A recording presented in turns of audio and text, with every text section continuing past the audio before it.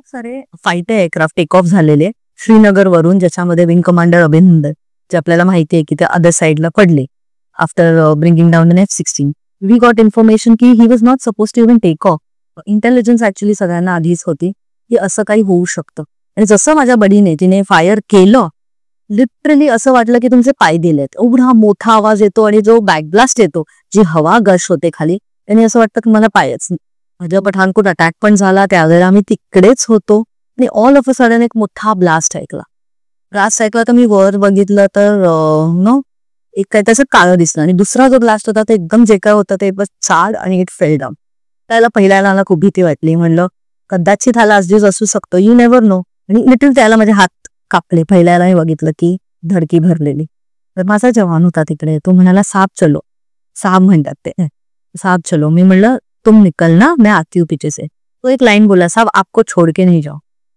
त्याला मला कळलं की कमराडरी काय असते, जीव सगळ्यांना आपला प्यारा असते. साहब आपको छोड़ के नहीं, आपसे. आयुष्यात प्रत्येकाला रोज संघर्ष करावा लागतो, पण त्यातनं ती जर बाई असेल तर तिला खरंच संघर्ष डबल असतो असं म्हटलं जातं. पण एखादी बाई जर खराखुरा सीमेवर लढून संघर्ष करणारी असेल तर आजच्या भागात आली आहे एक डॅशिंग असं व्यक्तिमत्व. अर्थात भेटूया मेजर प्राजक्ता देसाई. नमस्कार प्राजक्ता. नमस्कार मॅम. तुझं खूप खूप मनापासून कौतुक आमच्या या पॉडकास्ट मध्ये. गप्पांना सुरुवात करण्याआधी मेजर प्राजक्ता देसाई ही मेजर प्राजक्ता देसाई कशी झाली हे आम्हाला ऐकायचं. I, Lieutenant Prajakta Desai, do solemnly affirm that I will bear true faith and allegiance to the Constitution of India as by law established, and that I will, as in duty bound, honestly and faithfully serve in the regular army of the Union of India. Ma'am मी एकदम छोट्या घरातून येते. मी लालबागची, आपल्या मुंबईतच जन्माला आलेली वगैरे. आणि नेहमी माझ्या आई वडिलांनी मला ना सगळ्या गोष्टीसाठी प्रोत्साहन दिलं. I am born in late 80s. तर त्यावेळेला कसं होतं की, आणि स्पेशली आम्ही लालबाग वगैरे छोटे एरिया आपले, लालबाग परत आपला आपण पिक्चर बघितलेला आहे की गिरणी कामगार, करेक्ट, चाळीतलं जीवन, आणि तशा जीवनांमधून आलेली आहे मी. आणि त्यावेळेला असं नव्हतं की बायकांनी असं काही वेगळं प्रोफेशन करावं किंवा मेल डॉमिनेटेड जे प्रोफेशन आहेत त्याच्यामध्ये जावं. पण माझ्या घरातून मला खूप सपोर्ट होता. माझे आई वडील कम्प्लिटली डिफरंट आहेत. त्यांनी नेहमी हे सांगितलं की तुला जे करायचंय त्याला आमची पूर्णपणे पाठिंबा आहे, पूर्णपणे साथ आहे. तर मी ऍक्च्युली लहान होते तेव्हा मी पप्पा माझे बॉर्डर पिक्चर हा बघायला नेलेला, आणि तो बघून मला एवढं आकर्षण झालं त्या पिक्चरमुळे. मला असं वाटलं मीही सनी देओल बनू शकते का किंवा मीही मुलगा असती तर किती छान झालं असतं, मी आर्मी मध्ये गेले असते. त्यावेळेला एवढा आयडिया नव्हती की आर्मी काय असते किंवा बायका तिकडे आहेत की नाही. पण जशी मोठी झाली, एनसीसी वगैरे केलं, माझी आई एनसीसी मध्ये होती, मग त्यांनी प्रोत्साहन दिलं की एनसीसी कर. कॉलेजमध्ये एक लाईक माइंडेड सगळे फ्रेंड्स मिळाले ज्यांनाही आर्मी मध्ये किंवा एअरफोर्स नेव्ही मध्ये जायचं होतं. मग अशा लोकांच्या सहवासात राहून ते माझं जे एक ड्रीम होतं ते पॅशन मध्ये बदललं. आणि मग फायनली माझी झेप घेतली मी लालबाग ते Indian army. Wow, that is interesting. पण आता एखादी मुलगी असेल तर मुळात आधी ना आम्हाला सगळ्यांना मिलिटरी म्हणजे एकच वाटतं. आम्हाला त्यातला फरक कळत नाही. एक सर्वसामान्य पॉइंट ऑफ व्ह्यूनी सांगते. हो. आम्हाला जे काही शिक्षित केलंय ते सिनेमांमधनच केलंय की सिनेमामध्ये जसं लक्ष मध्ये ऋतिक रोशन IME मध्ये. सो हे सगळे फरक काय आहेत हे आम्हाला थोडक्यात सांगू शकतील का, आणि कुठे कुठे बायकांना एंट्री आहे? हा मॅम, मी आर्मी बद्दल सांगते. बायकांना एंट्री नॉन टेक्निकल, टेक्निकल आणि जॅग एंट्री, आणि एक एज्युकेशन कोर पण होतं आधी, ते थोडे वर्षांपूर्वी बंद झाले. तर जर आपण एक नॉन टेक्निकल ग्रॅज्युएट आहात, म्हणजे आपण इंजिनियर नाही आहात किंवा तुम्ही IT मध्ये ग्रॅज्युएशन किंवा कम्प्युटर सायन्स मध्ये अशा गोष्टींमध्ये केलेलं नाहीये, तर तुमचा एक नॉन टेक्निकल तुम्ही क्षेत्रातून आर्मीमध्ये जाऊ शकता. एक टेक्निकल जसं तुम्ही इंजिनियर वगैरे आहात ते जाऊ शकतात, आणि एक जज अँड ऍडव्होकेट जनरल. जर मी आधीच एक लॉयर आहे तर मी आर्मी मध्येही माझा लॉ प्रॅक्टिस करू शकते. ओके. ह्याच्या व्यतिरिक्त मेडिकल ब्रांच, डेंटल ब्रांच, ह्या सगळ्यांमध्ये बायका आहेत. 92 आधी मेडिकलमध्ये होत्या, 92 पासून या बाकीच्या क्षेत्रात महिलांना अपॉर्च्युनिटी मिळाली. तर जर मुलींना आतापर्यंत जर जायचं आहे आर्मीमध्ये तर एकच अकॅडमी होती, म्हणजे ऑफिसर्स ट्रेनिंग अकॅडमी, जी चेन्नईमध्ये आहे, जिथून मीही माझं ट्रेनिंग घेतलं. तर आपण कुठल्याही ब्रांचचे आहात, टेक्निकल, नॉन टेक्निकल, जॅग एज्युकेशन, तुमची ट्रेनिंग OTA चेन्नई मध्येच होणार. 1 वर्षाची ट्रेनिंग असते. तुमची सर्व्हिस आहे शॉर्ट सर्व्हिस कमिशन. जी 10 वर्षाची. हा मॅम, 10 इयर्स मिनिमम तो तुमचा बेसिक पिरियड आहे. त्यानंतर तुम्ही एक्सटेन्शन घेतलं तर तुम्ही अजून 4 वर्ष सर्व्हिस करून एक लेफ्टनंट कर्नलची रँक घेऊन तुम्ही रिटायर होऊ शकता. आणि basically we are non pensioners here. Okay. So it's only OTA till नाव.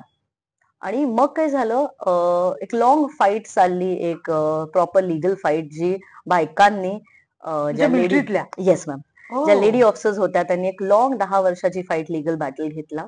त्यानंतर 2020 मध्ये जो वर्डिक्ट आला त्याने बायकांना ऑपॉर्च्युनिटी दिली की तुम्ही परमनंट कमिशन होऊ शकता. ओके. म्हणजे तुम्ही वयाच्या 58 पर्यंत देशाला आपली सेवा देऊ शकता. तुम्ही सेवानिवृत्त होणार 58 मध्ये. जे आपलं नॉर्मल येस, एज असतं. तो एक ऑप्शन ओपन झाला सगळ्यांना.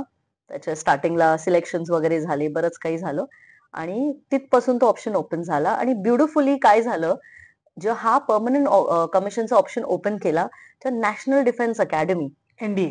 NDA, जी फक्त मुलांसाठी ओपन होती, जे 16 ते 19 वर्षांची मुलं तिकडे आर्मी, नेव्ही, एअरफोर्स साठी जातात, तिकडे 2021 if I am not wrong मुलींनाही ती अपॉर्च्युनिटी मिळाली. इट म्हणजे वॉज इतकी वर्ष NDA मध्ये बायका नाही जाऊ मॅम, शकत नाही. नव्हत्या. हो. इट वॉज अ फक्त ह्यूज OTA. माइलस्टोन. येस, खूप मोठा हा माइलस्टोन होता आणि तो ऍक्च्युली साकार झाला 2021 मध्ये, जेव्हा मुलींनाही अपॉर्च्युनिटी मिळाली की आपण आपलं करिअर 16 वर्षापासूनही स्टार्ट करू शकतो. म्हणजे या 10 वर्ष ज्या बायकांनी हा स्ट्रगल केलाय त्याचं ते फळ हो. नक्कीच त्यांना मिळालंय. तुमचं OTA कसा पूर्ण म्हणजे तुमचा दिवस कसा असतो तिकडे? मॅम, OTची ट्रेनिंग पूर्ण 1 वर्ष असते. हम्म.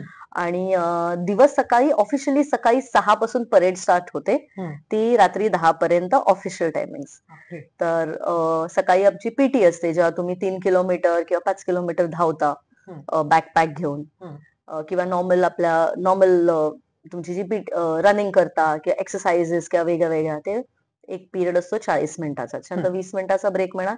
इमिडिएटली चेंज करून तुम्हाला proper uniform spick and span घालून तुम्हाला ड्रिलला करायचंय. मग तुमची 40 मिनिट्स तिकडे ड्रिल होते. त्यांचे शूज असतात ते आमचे लिटरली घोड्याची नाळ लावलेली असते खाली आवाज यायला म्हणून, ते हेवी शूज, युनिफॉर्म प्रॉपर जो आपण ऑलिव्ह ग्रीन युनिफॉर्म जो बघतो तो वाला. त्यानंतर तुम्हाला आय थिंक पुन्हा अर्धा तास ते 40 मिनिट्सचा टाइम मिळतो. You need to go change. जर टाइम मिळाला तर लोक अंघोळ करतात, नाही तर नाही. You have to just get freshen up आणि पुन्हा युनिफॉर्म चेंज करून ब्रेकफास्ट जसा झाला त्याच्यानंतर इमिडिएटली तुम्हाला आपल्या क्लासेसला जायचं असतं. तर आता जेवढं मला आठवतं 8:30 ते दुपारी 1:30 पर्यंत क्लास असतो. आणि त्या क्लासमध्ये प्रॉपर ऍडमिनिस्ट्रेशन आर्मी मधलं, फील्ड इंजिनिअरिंग, बेसिक आर्मी मध्ये एक्झॅक्टली कसं सगळं चालतं, बेसिक्स बाकीच्या सगळ्या ब्रांचेसचे वगैरे तुम्हाला प्रॉपर शिकवलं जातं. मग दुपारी लंच, त्यानंतर इव्हनिंगला तुम्हाला गेम्सला खेळायला जायचंच आहे. ते आल्यावर रेडी होऊन तुम्हाला 1 तास अभ्यास करायला बसायचंच आहे. आणि मग ते झाल्यावर डिनरला जायचं. डिनर संपला की 10 o'clockला सगळं संपतं. हा ऍक्च्युली प्रॉपर तुमचा Official time ऑफिशियल स्केड्यूल. पण आता इकडे ह्याच्यामध्ये पण एवढे नुआन्सेस असतात की you cannot have your uniform creased. कुठेही थोडीशी क्रीज झाली तर तुम्हाला पनिशमेंट मिळू शकते, तुम्हाला जबरदस्त रगडा मिळू शकतो. सगळीकडे सायकलवर जायचं असतं. आणि आता 250-300 कॅडेट्स, तर प्रत्येक जण तर अशी सायकल नाही घेऊन जाऊ शकत. तर सायकल पण इव्हन डिसिप्लिन एका स्क्वॉड मध्ये 4चा स्क्वॉड, 5चा किंवा 6चा स्क्वॉड, तेवढा लिमिटेड स्क्वॉड मध्ये तुम्ही सायकलिंग करा. म्हणजे सायकलिंगचे पण ग्रुप्स, पुढे मागे व्हायचं नाही कारण तिकडे पनिशमेंट मिळणार. अचानक मध्येच उतरायचं नाही. काय काय तुमचे रस्ते आउट ऑफ बाउंड असतात, तिकडे जायचं नाही. आणि सगळीकडे टाइमवर पोहोचायचं. जर 6 o'clockला तुमची फर्स्ट परेड चालू आहे म्हणजे 5:45 तुम्ही ड्रेसअप करून तिथे उभंच राहिलं पाहिजे तुमची अकाउंटिंग घ्यायला. So day will start as early as 4 o'clock. Because आम्ही बॅरेक्स मध्ये होतो. माझ्या कोर्सच्या 32 लेडी कॅडेट्स मुली, सिनियर कोर्सच्या 30, म्हणजे असं 60 मुली एका बॅरेक्स मध्ये विथ कॉमन वॉशरूम्स. आता तरी बेटर झालंय की 2 मुलींमध्ये 1 वॉशरूम असतं. You have to get completely dress up. आणि या सगळ्याला, आणि यू बिंग ज्युनियर्स, आर्मीमध्ये खूप प्रोटोकॉल चालतो. तर तुम्हाला लवकर ड्रेसअप होऊन सगळं करायला लागतं. तर अक्षरशः सांगू मॅम, पाय एवढे दुखतात बिकॉज नॉर्मल लाईफमध्ये अशी सवय नसते एवढ्या हेक्टिक शेड्यूलची. आणि हे सगळं झाल्यावर तुम्हाला रात्री 10 नंतर अनऑफिशियल पनिशमेंट्स की 2 वाजता माझ्या इकडे येऊन भेटा सगळ्यांनी, मग तुम्हाला रात्री हा मी 10ला डे संपल्यावर म्हणतेस हा तू. हा तो ऑफिशियली लाईट्स आउट. हम्म. तुम्हाला झोपायचंय म्हणजे सिनियर्स असतात, कधी कधी तुमचे कंपनी कमांडर्स येतात, पनिशमेंट्स. म्हणजे ह्या बेसिकली हे सगळं का केलं जातं मॅम, की आपण वेगवेगळ्या वेरिड बॅकग्राऊंड मधून येतो. कोणी हंबल बॅकग्राऊंड आहे, कोण खूप प्रिव्हिलेज बॅकग्राऊंड आहे, कोण आर्मी फोक्स आहेत, त्यांचे पेरेंट्स आर्मी मध्ये होते, कोण आपले नॉर्मल सिव्हिलियन्स. तर सगळे जे येतात ना, एक वेगळा माइंडसेट आणि एक वेगळा इगो घेऊन येतात. हम्म. तिकडे एकच पहिली गोष्ट केली जाते, तुमचे इगो आर क्रश्ड, तुमचे हॅबिट्स आर ब्रोकन. तुम्हाला सगळ्यांना एका बेसिक डेटम, एका बेसिक प्लॅटफॉर्मवर आणतात आणि मग तिथून तुमची सुरुवात करतात. No Adidas or Reebok shoes because I am wearing a 10,000 वाले शूज, नॉट पॉसिबल. तुम्हाला जे शूज इश्यू झालेत तुम्ही तेच घालणार. हे सगळं केलं जातं एक वननेस आणि एक कमराडरी बिल्डअप करायला. One for all and all for one असं म्हणतात. म्हणजे मी चुकले तर आपल्या अख्ख्या कंपनीला, म्हणजे तो एक जशी ग्रुप जो आहे त्याला कंपनी म्हणतात, जिथे तो मी चुकी केली तर अख्ख्या कंपनीला पनिशमेंट मिळते. म्हणजे दुसऱ्यांसाठी सेल्फलेसली कसं जगणं, स्वार्थ कसा काढणं, हे सगळं आम्हाला अकॅडमीत शिकवलं जातं, की नेव्हर लिव्ह अ कमरेड बिहाइंड. आपला जीव गेला तरी चालेल, माझा जर कमरेड मागे आहे त्याला मी सोडून जाणार नाही. तर अकॅडमीची फुल ट्रेनिंग अशी असते मॅम. खायला कधी कधी आम्हाला 2 मिनिटं देतात, लिटरली 2 मिनिटं, आय एम नॉट जोकिंग. आणि तुम्ही हाताने नाही खाऊ शकत, तुम्हाला चपाती पण अशी रोल करून वगैरे एकदम फुल एटिकेट्सने खायचं, हम्म. ते पण आपण 2 मिनिटं. पण मग आता या शिक्षा तू म्हणालीस त्याला रगडा म्हणतात का? हा मॅम. हो, ओके ओके. हो आणि मग असं तुला किती वेळा रगडा झालाय? मॅम, अनफॉर्च्युनेटली माझा मोबाईल पकडला गेलेला. We are not allowed phones. आणि मी खूप ब्रॅग करायची की मला माहिती आहेत अशा लोकेशन्स जिथे मोबाईल पकडलेच जाणार नाहीत. आणि मी सगळ्यांना टिप्स द्यायची, ओके. इकडे ठेवा, इकडे ठेवा, पकडला जाणार नाही. अनफॉर्च्युनेटली त्या दिवशी रात्री माझाच मोबाईल पकडला गेला. आणि टोटल मला एक रिस्ट्रिक्शन म्हणून असतं, म्हणजे 14 रिस्ट्रिक्शन, म्हणजे 14 दिवस तुम्हाला ती पनिशमेंट करायची अच्छा, okay. Apart from your regular schedule. तर तुम्हाला गंमत सांगते त्या 14 रिस्ट्रिक्शन्सची काय. सकाळी एकदम जेव्हा लोक 6 वाजता स्टार्ट करतायत, तुम्ही 5 वाजता जाऊन एकीकडे रिपोर्टिंग करायची तुमच्या ऑलिव्ह ग्रीन युनिफॉर्म मध्ये, जे तुम्ही परेडला वापरता. आणि जर आपलं असं बटन असतं, बटन मध्ये थोडस असं धागाही निघाला, तर तुमची पनिशमेंट पूर्ण दिवसाची cancel, in the sense it will not be considered as complete. हो, म्हणजे तो 14 डे प्लस होऊन जाणार. प्लस होऊन जातो. आणि करेक्ट. दिवसभर धावायचं, ती पूर्ण करायचं, पण सकाळी you have made a mistake of not having a good uniform, तर तुमची पहिलाच दिवस स्टार्ट तिकडे चुकीचा. मग दुपारी 3ला चेन्नईच्या उन्हात, जिथे लोक हिट स्ट्रोकने पडतात, तिकडे तुम्हाला 3 किलोमीटर्स एका स्टिप्युलेटेड टाइम मध्ये रन करायचं असतं, आय थिंक 18 मिनिट्स मध्ये, बॅकपॅक घेऊन आणि वेपन घेऊन. ते स्टिप्युलेटेड टाइम मध्ये ती रन कम्प्लीट करायची. मग बिकॉज तुम्ही चुकला तर ही तुमची शिक्षा आहे. आणि रात्री 17 किलोचा लोड घेऊन सगळ्यांचं झाल्यावर 10 वाजता सगळे झोपले, झोपत तर कोणी नाही, तुम्ही एक्स्ट्रा जाऊन पुन्हा त्या ड्रिल स्क्वेअर मध्ये तिकडे भेटणार. ते मग तुमचं कंटेंट चेक करणार, तुम्ही सगळं आणलंय की नाही त्या बॅगचं. जर बॅगमध्ये एक सुई पण मिसिंग असेल, म्हणजे एक पॉकेट कंटेंट, सुई धागा, तोही मिसिंग असेल, तर तुमची पूर्ण दिवसाची मेहनत. तर अशा मला 14 मिळालेल्या, प्लस आधी 7 होत्या ज्या सगळ्यांना मिळालेल्या. आणि माझी एक ज्युनियर, जी माझ्या अंडरस्टडी म्हणतात, तिने चुका केलेल्या म्हणून मला 2 रूट मार्चेस मिळालेले. What is route march? 10 kilometre धावायचं ते 17 किलोचा पॅक घेऊन. तर लिटरली म्हणजे 23 रिस्ट्रिक्शन, 2 अशा वाढून आणि 2 रूट मार्चेस, असं करून मी 25 वेळा असं माझं अपडाऊन अपडाऊन अपडाऊन झालं असेल. पण अजून एका कारणासाठी पण तुला खूप शिक्षा मिळाली असं आम्हाला कळलंय. ते काय सांग आम्हाला. ऍक्च्युली माझा नवरा, म्हणजे तेव्हा माझा नवरा नव्हे, तेव्हा माझा बॉयफ्रेंड, तो ट्रेनिंग घेत होता IMA मध्ये. म्हणजे खरं सांगायचं तर आम्ही खूप करिअर ओरिएंटेड दोघंही, म्हणजे आधीपासून कॉलेज एकत्र रुईयामध्ये होतो, करिअर करायचंय आपलं. पण त्याची ट्रेनिंग IMA देहरादूनला आणि माझी OTA चेन्नईला. तर मी 2 किस्से सांगेन तुम्हाला मॅम.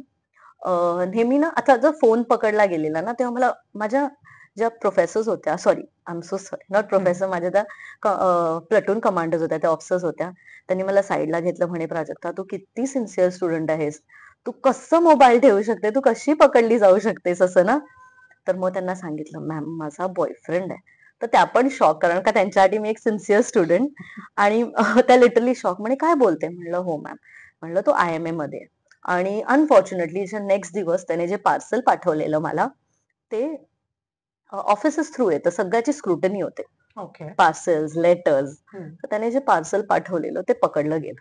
इन द सेन्स की ते ओपन झालं. पण मग पाठवू शकत नाहीत लेटर? मी पाठवू शकता but then nothing such as love letters ना. Okay okay. तर माझे खूप वेळा लव्ह लेटर्स पकडले गेले आहेत. Because I feel my husband is more romantic than मी. मी 1 वर्षा ट्रेनिंग मध्ये 2 लेटर्स लिहिले आणि 1 पोस्ट केलं. आणि त्याने टोटल 28 मला लेटर्स लिहिलेले. 23 का 28 त्या 1.5 वर्षाच्या स्पॅन मध्ये. सगळं लिहायचा बिचारा. की आज आम्ही इकडे गेलेलो, मग आज आम्हाला ही पनिशमेंट मिळाली, मग तिकडे हे झालं, सगळं लिहून बिचारा पाठवायचा. अजूनही माझ्याकडे पत्र आहेत.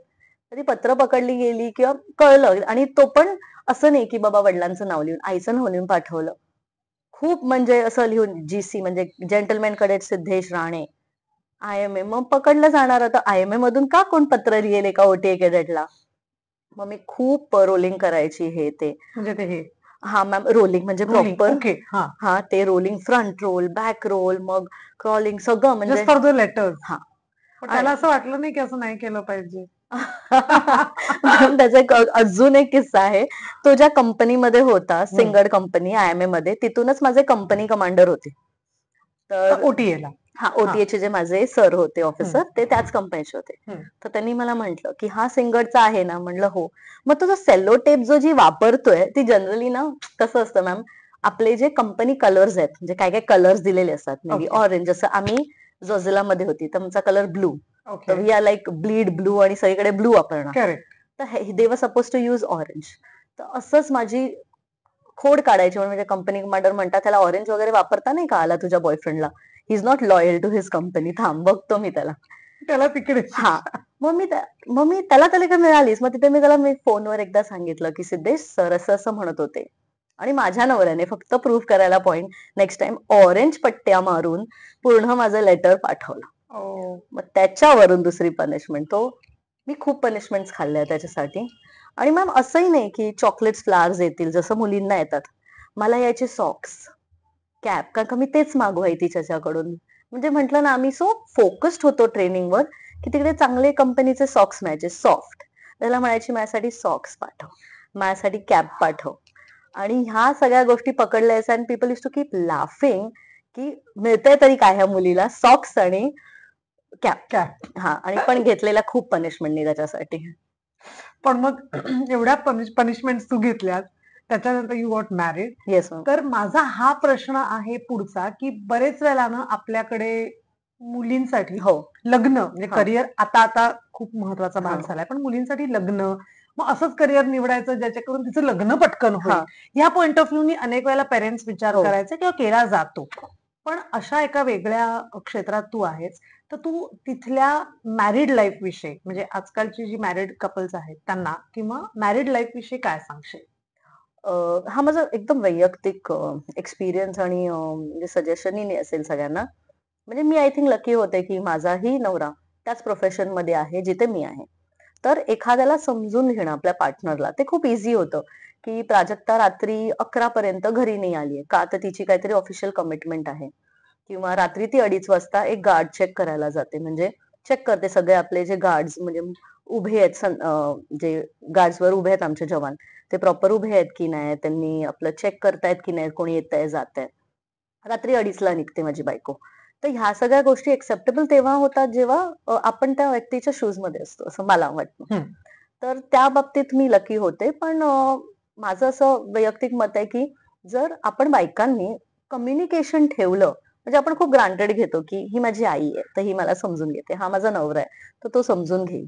आय थिंक हे कम्युनिकेशन एकमेकांशी केलं आणि पहिलंच गोष्टी सेट केल्या की हे माझं करिअर आहे, मी चॉईस करतेय किंवा ह्या करिअरमध्ये ह्या गोष्टी येतात. कधी कधी रात्री 2 वाजता बाहेर जायला होतं, कधी सुट्ट्या मिळत नाहीत, आउट ऑफ रेंजच्या लोकेशन मध्ये जाऊन मला डिप्लॉयमेंट करायला लागते. ह्या सगळ्या गोष्टीचं पहिल्याच वेळेला सांगितलं आणि समोरच्या व्यक्तीला ती पटलं. तर आय थिंक त्या गोष्टीवरून जर आपण आपली रिलेशनशिप स्टार्ट केली तर लाईफ थोडी पुढे जाऊन स्मूथ होते. आणि मला कधी कधी हे पण खूप वाटतं आपण बायकांना खूप सगळं मल्टीटास्कर आहोत तर आपण सगळं अंगावर घेतो. की मुलंही मीच बघणार, घरातलंही मीच बघणार आणि नवऱ्याचंही बघणार. म्हणजे out of love I feel willingness maximum लोक आपण असंच करतो. तर आय थिंक तिकडे आपण थोडं एक स्टेप बॅक घेतली पाहिजे, की आपण वंडर वुमन नाही. हां, आपण स्वतः सगळ्यांना सांगितलं पाहिजे, की I need your help here. सध्या माझं करिअर इम्पॉर्टंट आहे, तर सिद्धेश म्हणजे नवरा, तू थोडं हे बघ, तू थोडं आपलं घर बघ आता. किंवा आपल्या सासू-सासऱ्यांना सांगितलं, की आता ह्या पर्सनल कमिटमेंट्स आहेत आपल्या घरच्या, तर ह्या होणार नाहीत. कारण आता मला सध्या माझं करिअरचे कोर्सेस इम्पॉर्टंट आहेत. तर जर आपण आणि हेल्प मागितली, तसं ज्यांना मूलबाळ आहेत, मला नाहीये तर, ज्यांना आहेत त्यांनी, की आता मला माझं बाळ सांभाळायचंय, 2 महिने कोर्सला जाते. तर घरातल्यांकडे सोडून गेलं किंवा त्यावेळेला माझा नवरा येऊन माझ्याबरोबर कोर्सेसमध्ये राहिला. त्याने माझं बाळ बघितलं, जोपर्यंत मी कोर्स केला. म्हणजे आय थिंक इट्स वेन आपल्याला पुढे माघार घ्यायचा आहे, आयदर ऑफ अस, त्यावेळेला ऍक्च्युअली घ्यायचं आणि जेव्हा आपल्या बायकोला की आपल्या नवऱ्याला आपल्याला पुढे करायचं तेव्हा ते केलं पाहिजे आणि नंतर आय थिंक ते स्मूथली वर्क करतं. I think the communication is the key yes. To any relationship. Yes. तर हे तर नक्कीच राहील हा 100%. आम्ही हे ट्रेनिंग सेशन्स पाहिले, ती फिल्म्स मध्ये पाहिले, हा तर ही एक्झॅक्टली कशी असतात आणि तुझा अनुभव काय आहे सांग. मग ऍक्च्युली खूप किस्से आहेत सांगायचे तर ट्रेनिंग मध्ये. जसं मी तुम्हाला शेड्यूल सांगितला हं. दिवसभराचा. अपार्ट फ्रॉम दॅट आम्हाला 40 किलोमीटरची रन असते एक शेवटला. तेच पूर्ण कॉम्बॅट युनिफॉर्म तो आमचा जो कॉम्बॅट ड्रेस जो हं. आपण मुव्हीज मध्ये बघतो. ते 17 किलोचा बॅकपॅक, 3 किलोची रायफल घेऊन 40 किलोमीटर धावायचं. म्हणजे मॅरेथॉन पेक्षा जास्त. हा नाही मॅम, तेवढंच 42 42 किलोमीटरची. हा, किलोमीटर्स. हा. तर तेवढंच ओके. 30-40 किलोमीटर असं धावायचं असतं. पण ते तुम्हाला एका कंपनीमध्ये, तुम्ही ज्या कंपनीमध्ये आहात त्या सगळ्यांना एकत्र घेऊन तुम्हाला ती कंप्लीट करायला लागते. तर मॅम कधी कधी मी सांगते, मी मुलींना बघितलंय, स्पेशली त्या मुलींचं सांगेन, कारण का मी कंपनीमध्ये आमच्या मुलीच म्हणजे बाकीच्या कंपनीमध्ये मुलं, पायामध्ये ब्लिस्टर्स आले आहेत, पाठीला लागून लागून बॅग अक्षरशः जखम झालीये.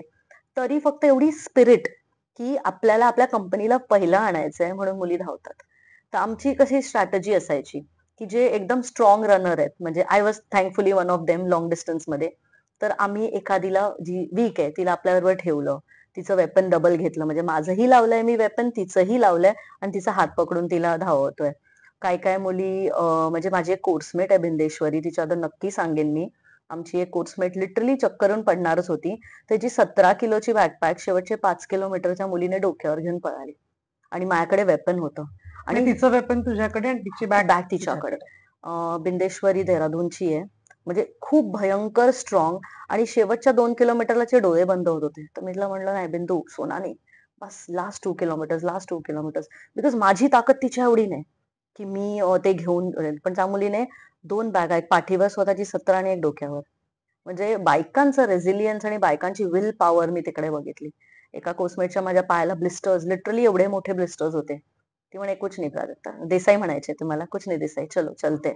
म्हणजे थँकफुली मी ऍथलेटिक्स थोडं केलं. माझे पेरेंट्स स्पोर्ट्समॅन होते, तर थोडे जीन्स थोडे त्या बाबतीत स्ट्रॉंग.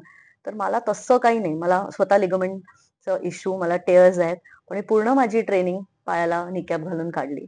तर तेव्हा मी बघितलं, की जेव्हा आपण डिसाईड करतो ना कुठली गोष्ट करायची आणि हे ध्येय आहे आपला, तर माणूस करतो. आणि अकॅडमीमध्ये म्हणतात एक लालच काय असतो, मी काय एवढं करेन, की 1 वर्ष झालं की माझ्या शोल्डर्सवर स्टार असणार आहेत. मी तो पी कॅप घालणार आहे, I be called lieutenant Prajakta Desai.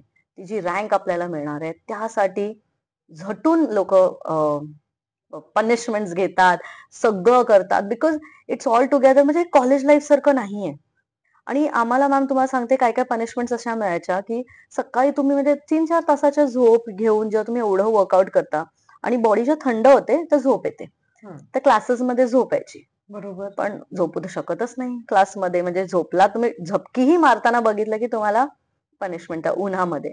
तर एक पनिशमेंट होती, की आपले जे ग्रिलचे विंडोज असतात ना, त्या विंडोजला हात असे पकडून पाय अडकवून स्पायडरमॅन बनवायचे आमच्या एक मॅम आम्हाला. लिटरली 15 मिनिटं आम्ही असे लटकलेले. मग काय झोपणार माणूस, अशी झोप उडवायची ती आमची. आणि त्या मॅमना बघून आम्हाला एवढी भीती वाटायची, की आम्ही त्याला कॅप्टन होत्या, कॅप्टन अनिला खत्री. उसकी क्लास है, तर लोक लिटरली आपले हँकरचिप घेऊन, आपले जे स्टार्स आमचे हे असतात ना ओटीएचं, स्टार्स नसतात त्यावेळेला, तो ब्रासो जो असतो आपला, त्याला लिटरली असे शाईन करायला लागायचे. कारण का तिने जर बघितलं की तुमचं हे युनिफॉर्म नीट नाहीये, हे शाईन होत नाही, तर ती पनिशमेंट देणार. एवढा मॅमचा आम्हाला भीती. म्हणजे वेड्यासारखं आम्ही तिकडे अडजस्ट केलेलं आहे. आणि तुमची मेंटल अबिलिटी रोज तिकडे टेस्ट होते, each and every day. You break down at the end of the day, की कधी कधी क्वेश्चन येतो, मी का आहे? पण का आहे मी इकडे? कारण का मला माझं करिअर करायचंय, मला इंडियन आर्मीचा एक ऑफिसर बनायचंय. तर त्या रेझिलियन्सने गोष्टी पुढे पुश करतात. पण आता ही ट्रेनिंग घेताना तू म्हणाली तशा शिक्षा हा असतात, तसं काही काही ट्रेनिंग पार्ट्स पण असतात जे आम्ही पाहिले पण हा आहेत का, ते माहितीये आम्हाला ते जाळीवरनं हो चढायचं हो वगैरे. हो पण ह्या सगळ्याची कुठेतरी भीती पण प्रत्येक आपण माणूस आहोत शेवटी, हो तर आपल्याला ती भीती पण असते. ती तू कधी ओव्हरकम केली मॅम, मला तर खूपच भीती होती. म्हणजे करेज हा एक खूप मोठा फॅक्टर आहे if you want to be in the arm forces.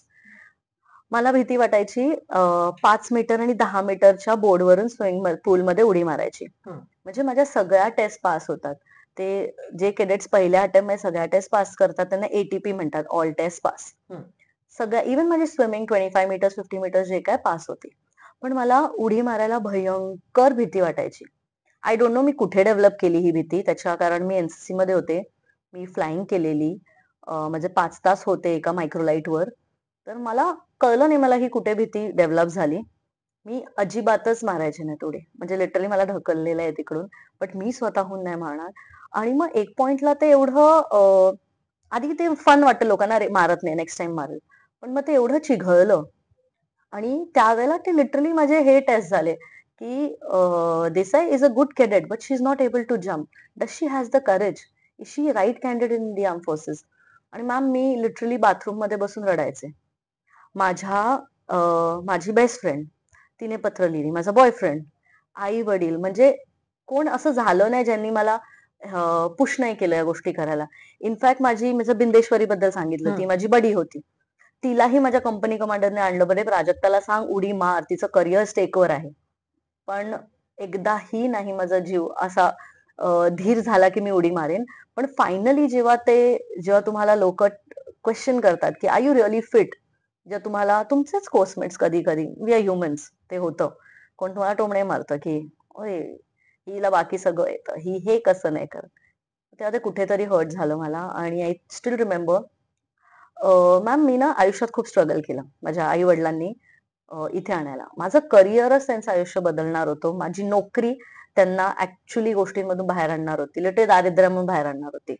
माझ्या भावंडांनाही, त्यांच्या शाळा, कॉलेज. ते मी ना एका माझ्या डेस्क जो आहे जिथे बसतो अभ्यासाला, तिथे लिहून ठेवलेलं, 15 years or 15 seconds of your life. तर माझी एक कोर्समेट आहे, तिने येऊन म्हणलं, प्राजक्ता ये क्या लिखा है? तर मी म्हंटल, अरे दीपशिखा, मैंने ना, जामवाल तिचं आडनाव, मतलब जामवाल, मैंने ना जिंदगी में बहुत सहन किया है. मतलब अब मैं कूदी नहीं ना तो मेरे पूरे लाइफ की वाट लग जाएगी. मतलब ये मेरे लाइफ का बहुत बड़ा चीज है, मैं बहुत स्ट्रगल करके यहाँ पे आई हूँ. मॅम, मी लिटरली अगरबत्त्या विकल्या दादर मध्येच माझ्या वडिलांवर उभे राहून. खूप सहन केलंय. तर मग हे नको होतं की आपली छोटीशी भीती, स्टुपिडिटीची भीती तुला ह्या गोष्टीतून बाहेर काढणार. बिकॉज करेजला जेव्हा तुमच्या क्वेश्चन येतो, you can be even relegated, म्हणजे तुम्ही 6 महिने रिपीट करू शकता. तुम्हाला लिटरली बाहेर जायला लागू सर. तर मग ती मला बोलली, कोई नाही देसाई, तू कल कर लेगी. दुसऱ्या दिवशी आमची हे होती, मी पहिली उभं केलं मला. सगळ्यांना माहिती माहिती होतं. आहे, उडी मार उडी मार म्हणलं नाही.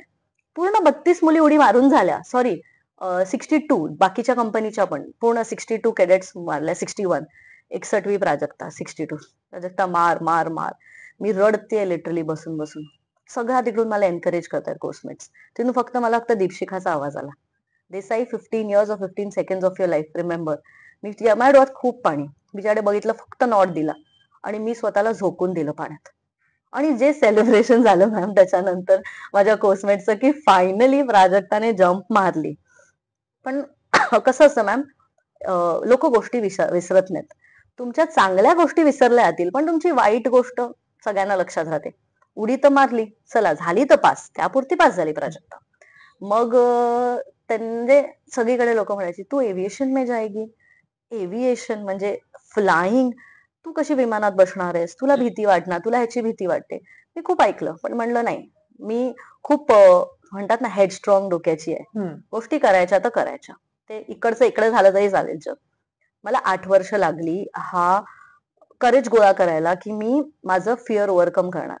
म्हणजे अजूनही टिल डेट मला स्वप्न येतात की मी स्विमिंग पूलमध्ये उडी नाही मारत अजूनही. म्हणजे तेवढं फिअर इन्स्टिल झालं. पण मी म्हणलं, मी काहीतरी वेगळं करणार, म्हणजे काहीतरी आयुष्यात वेगळं केलं, इकडेही करणार. नंतर मी डिसाईड केलं की मी स्काय डायव्हिंग करणार. ओ वाव. हा, तर लोक म्हणतात स्काय डायव्हिंग तुला 5 मीटरवर उडी मारता येत नाही. म्हणजे जसं की 5 मीटरवर आमची ताई घाबरते. ताई आमची 13,000 जाणार का उडी मारायला? पण मी ते डोक्यात घेतलेलं. खूप पैसे साठवले.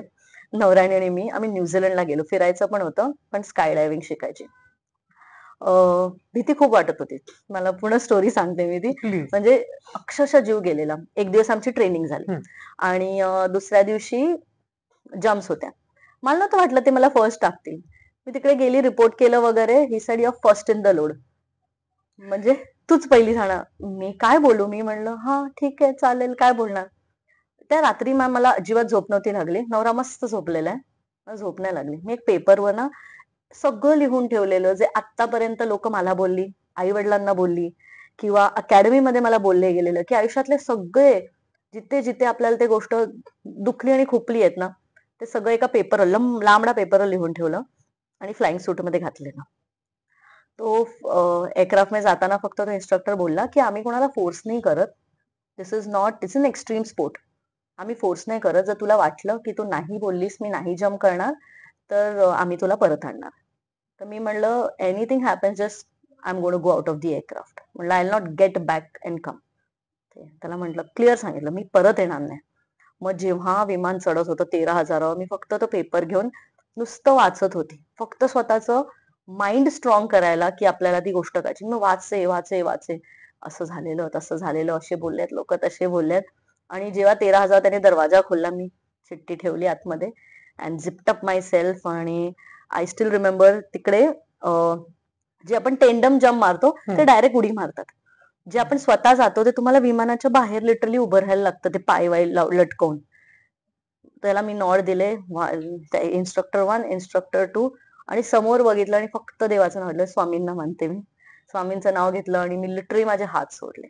आणि तो दिवस लाईफचा मॅम आणि आज आहे. म्हणजे मी स्वतःवर ह्या गोष्टीबद्दल भयंकर मला स्वतःचा प्राईड आहे आणि गर्व आहे, की ज्या मुलीला 5 मीटरची भीती वाटायची, तिने स्वतःहून 5 डाईव्हज मारल्या.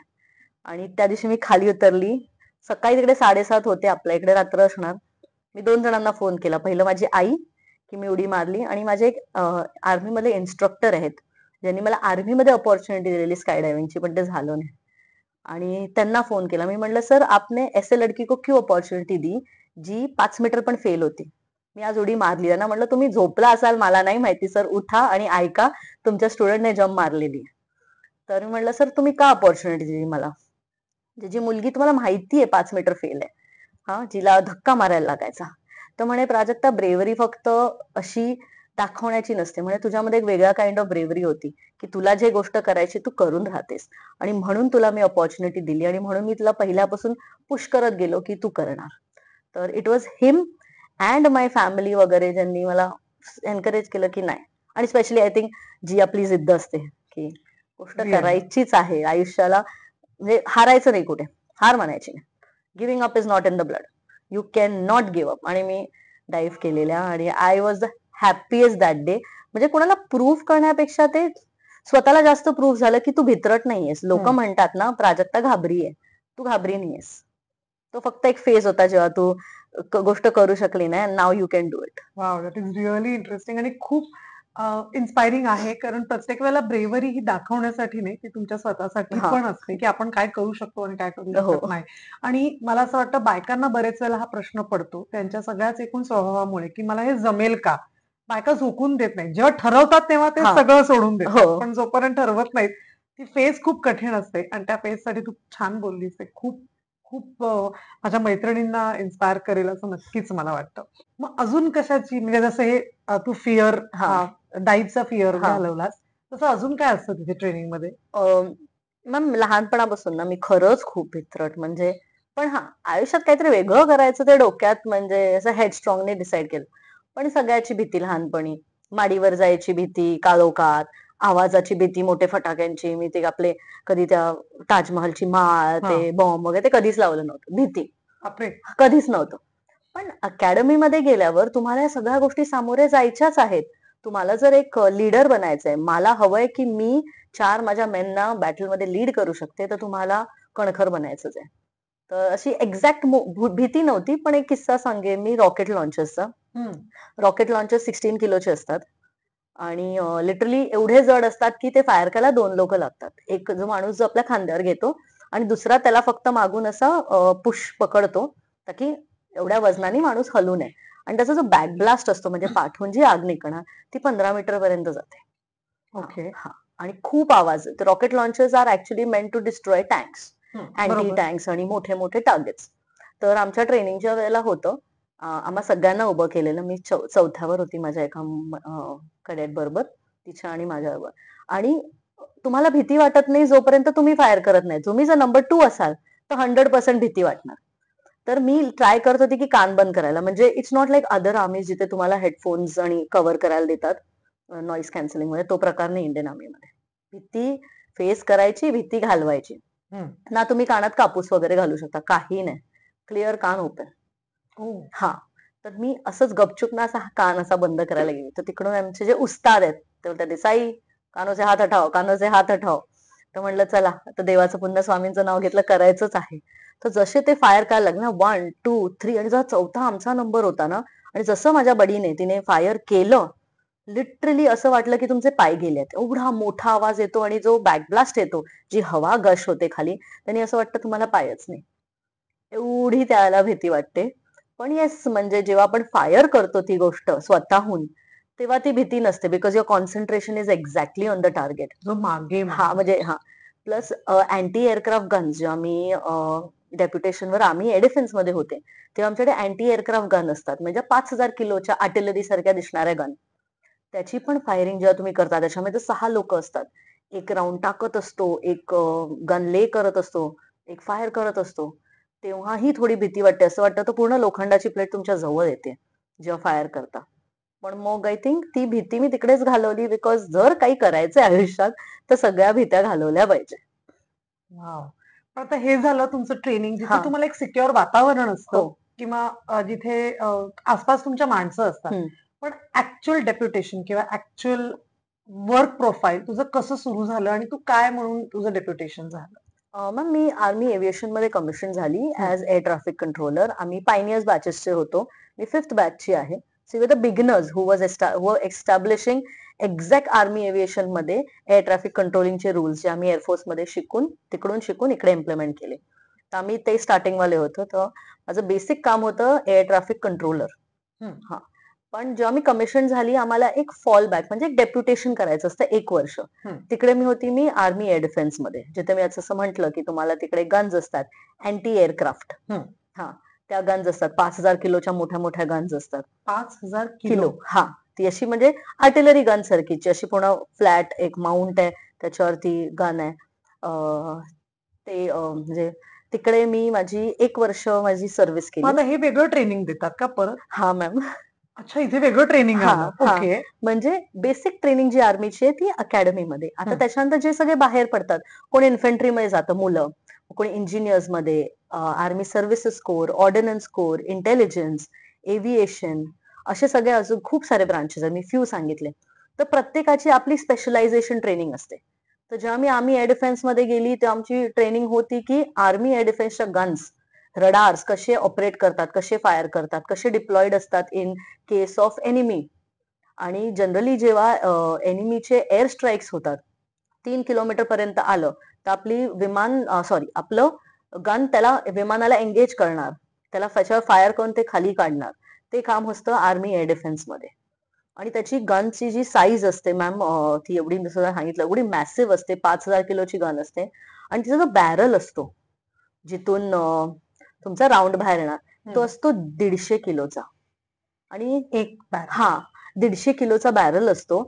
आणि तो बॅरल तुम्हाला ना चेंज करायला शिकवतात, की खूप फायर झालं तर बॅरल गरम होणार, बॅरलला चेंज करा. तर बॅरल कसा चेंज करायचा. तर जेव्हा आम्ही ट्रेनिंग घेत होतो, ह्याची पण 6 महिन्याची जी ट्रेनिंग असते, तेव्हा मला लक्षात आहे की आम्ही मुली कमी, जसं आम्ही एव्हिएशन एअर डिफेन्स मुली खूप कमी. तर आम्ही लिटरली 6 जण लोक लागतात त्याला बॅरलला चेंज करायला. आणि माझी हाईट एवढी लहान, मुलं एवढी उंच उंच धिप्पाड. तर मला लिटरली काहीतरी असं काय म्हणतात ते, बॅरलचा बॉक्स वगैरे घेऊन त्याच्यावर उभी राहून मी अशी त्यांच्यावर पुश करणार बाहेर, मग ती चेंज करणार, हे सगळं तिकडे शिकवलं जातं. रडार्स कसे ऑपरेट होतात, तुम्हाला कसं कळणार की एनिमी एअरक्राफ्ट आहे की तुमचं स्वतःचं एअरक्राफ्ट आहे आलेलं, कसं एंगेज करतात, हे सगळं आम्ही 6 मंथ्स शिकलो आर्मी एअर डिफेन्स मध्ये. 6 महिन्याची नोकरी, 6 महिन्याचं शिक्षण घेतलं. त्यानंतर मी त्यामध्ये पोस्टिंग जोधपूरला होतं. ओके. त्यानंतर मी गेले आर्मी एव्हिएशन, जे माझं कोर आहे, जिथे मी कमिशन झाले. तिकडे मी 6 महिन्याची ट्रेनिंग केली for becoming an air traffic controller. Proper professional air traffic कशी करतात, जर तुमच्याकडे 13-15 विमानं असतील एके टाइमला, तुम्ही कशी मॅनेज करणार. जर कुठल्या विमानाचं ऍक्सिडेंट झालं किंवा कुठे आग लागली तर त्याला कसं तुम्ही क्विक रिॲक्शन देणार, कसं तुम्ही लोकांना रेस्क्यू करणार, हे सगळं मी एअरफोर्स मध्ये शिकली. Because there is only one institute in air force which is training all air traffic controller, army, navy, air force, coast guard. ते कुठे आहे? मॅम ते डुंडिगल मध्ये आहे. म्हणजे where it is Hyderabad. Hyderabad. Hyderabad आणि सिकंदराबादच्या मध्ये आहे ती लोकेशन, ओके. जिथे एअरफोर्स अकॅडमी आहे. तिकडेच त्यांची इन्स्टिट्यूट आहे, जी एअर ट्रॅफिक कंट्रोलर जेवढेही इंडियामध्ये आहेत डिफेन्सवाले, ते तिकडे ट्रेन होतात. तुझं पहिलं पोस्टिंग कुठे झालं? एव्हिएशनचं मॅम, हम्म. ते मी सिलिगुडी सेवक रोड म्हणून जागा आहे, तिकडे होते मी. हम्म. त्यानंतर मग मी पठाणकोटला होते. जेव्हा पठाणकोट अटॅक पण झाला त्यावेळेला आम्ही तिकडेच होतो. ओ. जेव्हा टेररिस्ट स्टेशनच्या थोडे बाहेर पडून लेफ्ट राईट जाते, एक्झॅक्ट ऑपोजिट मिलिटरी हॉस्पिटल आहे. तिकडे आम्ही रात्री 5 ते 6 ऑफिसर्स फसलेलो ऍक्च्युली. एका रूम मध्ये शांतपणे ब्लॅक लाईट आउट करून बसलेलो 4-5 तास. ओ. तर तेव्हा आम्ही तिकडे होते. मग त्यानंतर माझी पोस्टिंग झाली, तिसरी पोस्टिंग श्रीनगरला. एक्झॅक्ट श्रीनगर नाही, तिथून 40 मिनिटावर आहे शरीफाबाद म्हणून, तिकडे होती. मग माझी चौथी पोस्टिंग पुन्हा सिलिगुडीला आली आणि मग तिथून माझी रिटायरमेंट झाली. ओके. पण मग तो जेव्हा अटॅक झाला, तू म्हणालीस की तुम्ही तिथे होता, ते एक्झॅक्टली काय घडलं होतं? म्हणजे आम्हाला हा. जितक्या तू सांगू शकशील हा जसं. मॅम, असे मी 2 बघितले. एक तर जेव्हा पठाणकोट अटॅक झालेला तेव्हा इंटेलिजन्स ऍक्च्युली सगळ्यांना आधीच होती की असं काही होऊ शकतं. हम्म. तर सगळे पुन्हा एव्हरीबडी वॉज रेडी. हम्म. पण अनफॉर्च्युनेटली तो पठाणकोट एअरफोर्स स्टेशनला जो अटॅक झाला, जिथे टेररिस्ट इन वगैरे झाले, त्यावेळेला we had gone to see one family जे आयसीयू मध्ये ऍडमिट होते. आणि जेव्हा टेररिस्ट ऍक्च्युली तिकडून बाहेर पडलेले, तर वी ऑल वर अनआर्म्ड. आमच्याकडे काही नाही. आम्ही जस्ट ऍज अ इव्हनिंगला एखाद्याला हॉस्पिटलला व्हिजिट पे करायची म्हणून आम्ही गेलेलो. अँड फॉर 4 to 5 hours आम्ही एका छोट्याशा रूम मध्येच लिटरली लॉक्ड होतो. बिकॉज टेररिस्ट हॉस्पिटलमध्ये एंटर करतील. बिकॉज समटाइम्स हॉस्पिटल वगैरे असे स्पॉट्स असतात ना, जिथे त्यांचा एक स्ट्रॉंग होल्ड होऊ शकतो. बिकॉज मॅक्सिमम पेशंट्स कोणी हलत नाही, काही नाही, आणि सिक्युअर्ड सेफ अशी जागा टेररिस्टसाठी. मग ते एंटर करू नये म्हणून सगळं ब्लॅकआउट केलेलं. पूर्ण हॉस्पिटल ब्लॅकआउट होतं तिकडे. सगळे गार्ड्स वगैरे सगळे लागलेले आणि आम्ही unarmoured. Even if your officers your unarmoured, तुमच्याकडे तुमचे वेपन्स नाही, काही नाही, काय करू शकता. मग त्यांना माहिती होतं की 5-6 ऑफिसर्स असे. त्यांना कळलं होतं तुम्ही आता? नाही नाही, नॉट टेररिस्ट वगैरे. ओके. जे सगळ्यांना माहिती होतं की मग तिकडे पूर्ण लाईट आउट करून काळोखात आम्ही 5-6 तास बसलेलो, जोपर्यंत सगळं सेटल डाऊन नाही झालं. म्हणजे कळलं की मिलिटरी हॉस्पिटल सेफ आहे. मग तिकडून आम्ही बाहेर निघालेलो. तो एक एक्सपिरियन्सचा किस्सा. अपार्ट फ्रॉम दॅट, जेव्हा मी शरीफाबादमध्ये होती श्रीनगरमध्ये, तेव्हा तुम्हाला माहितीच असेल की 14 फेब्रुवारीला पुलवामाचा अटॅक झाला. We lost around 42 of our personals. त्यानंतर इन रिटॅलिएशन झाली बालाकोट स्ट्राईक. मग त्यानंतर obviously nobody will stay quiet, enemy doesn't stay quiet most of the time. तर इंटेलिजन्स तेव्हाही होती की आपल्यावर एअर स्ट्राईक होऊ शकतं. आणि because we are army aviation, छोटंसं एव्हिएशन बेस आहे. ऍसेट्स असतात जिथेही एव्हिएशन आहे, आर्मी एव्हिएशन असो का एअरफोर्स असो, जिथे ऍसेट्स आहेत, हेलिकॉप्टर झाले, तुमचे फायटर्स झाले, ते सगळ्यात वनरेबल टार्गेट्स होतात. So you have to be very well prepared. तर आमचं 1 आठवड्यापासून चाललेलं की बंकर्स खोदलेले, बंकर्स ऍज ह्यूज ऍज, म्हणजे ना, ह्या आपण जिथे बसलोय तिकडे एवढे मोठे बंकर्स सगळीकडे खोदून ठेवलेले की in case terrorist attack air strike झाली तर ड्रिल सेट होत्या की सायरन वाजणार, सायरन वाजल्याने प्रत्येकाने आपण त्या बंकरमध्ये जाऊन बसायचं. अँटी एअरक्राफ्ट गन लागलेल्या छोट्यावाल्या, ज्या मी म्हणते त्या नव्हत्या, त्या छोट्यावाल्या गन्स होत्या. त्या सगळीकडे रात्रीच एस्टॅब्लिश केला. मी माझ्या कमांडिंग ऑफिसर्स बरोबर होते. आम्ही सगळं एस्टॅब्लिश करून ठेवलेलं. कारण का इंटेलिजन्स अशी असते की एकदम वी आवर्स जे असतात, अर्ली मॉर्निंग फर्स्ट लाईट, जेव्हा माणूस एकदम ऍक्च्युली गाढ झोपेत असतो आणि जेव्हा लाईट असते की स्ट्राईक्स होऊ शकतात, तेव्हा असं इंटेलिजन्स होतं की ह्याला स्ट्राईक होऊ शकतात. पण सकाळपर्यंत कुठेही काही झालं नाही. They did not come in Srinagar. त्या एरियाला नाही आले. ते वेंट. सकाळी 9:30-10चं पीक टाइम, असं उठलेले सगळे नॉर्मल टाइम जे एक्सपेक्टेड नसतं तेव्हा they moved over to Rajouri. Rajouri Jammu त्या साईडला हम्म. वगैरे ते गेले. मग खूप सारे फायटर एअरक्राफ्ट टेक ऑफ झालेले श्रीनगर वरून, ज्याच्यामध्ये विंग कमांडर अभिनंदन, जे आपल्याला माहिती आहे की ते अदर साईडला पडले hmm. After bringing down an F-16. तर ते he had also taken off from there. म्हणजे वी गॉट इन्फॉर्मेशन की he was not suppose to even take off. Still his aircraft was the last one जे take off करून तिकडे गेलं. हो. Unfortunately he fell on the other side वगैरे. त्याच duration मध्ये आमचं एक विमान मॅम, मी एअर ट्रॅफिक कंट्रोल, तर माझं काम तेच आणि एव्हिएशनची सिक्युरिटी बघायचं. आमचं एक हेलिकॉप्टर बाहेर होतं. तर आमचं तेच चाललेलं की बाबा हे हेलिकॉप्टर कुठे आहे. तर मी सारखे कॉल्स देत होती. फोन अनफॉर्च्युनेटली त्यावेळेला लागत नव्हता मोबाईल, की सांगायला की wherever you are just settle down. Helicopters आहेत, they can go and sit anywhere, correct correct. The smallest of the place. आणि त्याला मी बाहेर इंटरव्ह्यू घेत होती. मी ऍडज्युटंट असं काम करते. म्हणजे ऍडज्युटंट एक ऍडमिनिस्ट्रेशन करणारी अपॉइंटमेंट आहे, responsible for security and discipline. तर मी लोकांचे इंटरव्ह्यूज घेत होते की सुट्टी जाणारे न येणारे. आणि ऑल ऑफ अ सडन एक मोठा ब्लास्ट ऐकला. ब्लास्ट ऐकला तर मी वर बघितलं तर नो एक काय तसं काळं दिसलं. आणि दुसरा जो ब्लास्ट होता ते एकदम जे काय होतं ते इट वॉज चार्ड आणि इट फेल डाऊन. तर त्यावेळेला म्हणजे बिकॉज ऐकलेलं की एअर स्ट्राईक होणार आहे, तर फर्स्ट इन्स्टन्स सगळ्यांचा होता की सायरन वाजला. माझं बॉस जे होते ते गाडी घेऊन गेले चेक करायला एक्झॅक्टली काय झालंय. आणि त्या लोकेशन मध्ये ज्या ऑफिसेस मध्ये मी फक्त एकटी ऑफिसर होती, बाकी कोणी नव्हतं माझ्या ज्या ऑफिसमध्ये माझ्या. हम्म. आणि इमिडिएटली जेव्हा सायरन वाजला तर first thing was to move out and push everybody in the bunker. त्याला पहिल्याला मला खूप भीती वाटली. म्हणलं कदाचित हा लास्ट दिवस असू शकतो, you never know. Air strike is just a small bomb. जरी तुमच्या रनवेवर पडला, तुमच्या फ्युल डंपवर पडला, इट्स एंड. तर मी सगळ्यात पहिलं धावून मी फोन उचलला आणि चेक केलं आमचं विमान कुठे आहे. बिकॉज माहित नव्हतं कुठलं एअरक्राफ्ट पडलंय, काय झालंय, कोणाचं आहे, एनिमी एअरक्राफ्ट आहे आपलंय.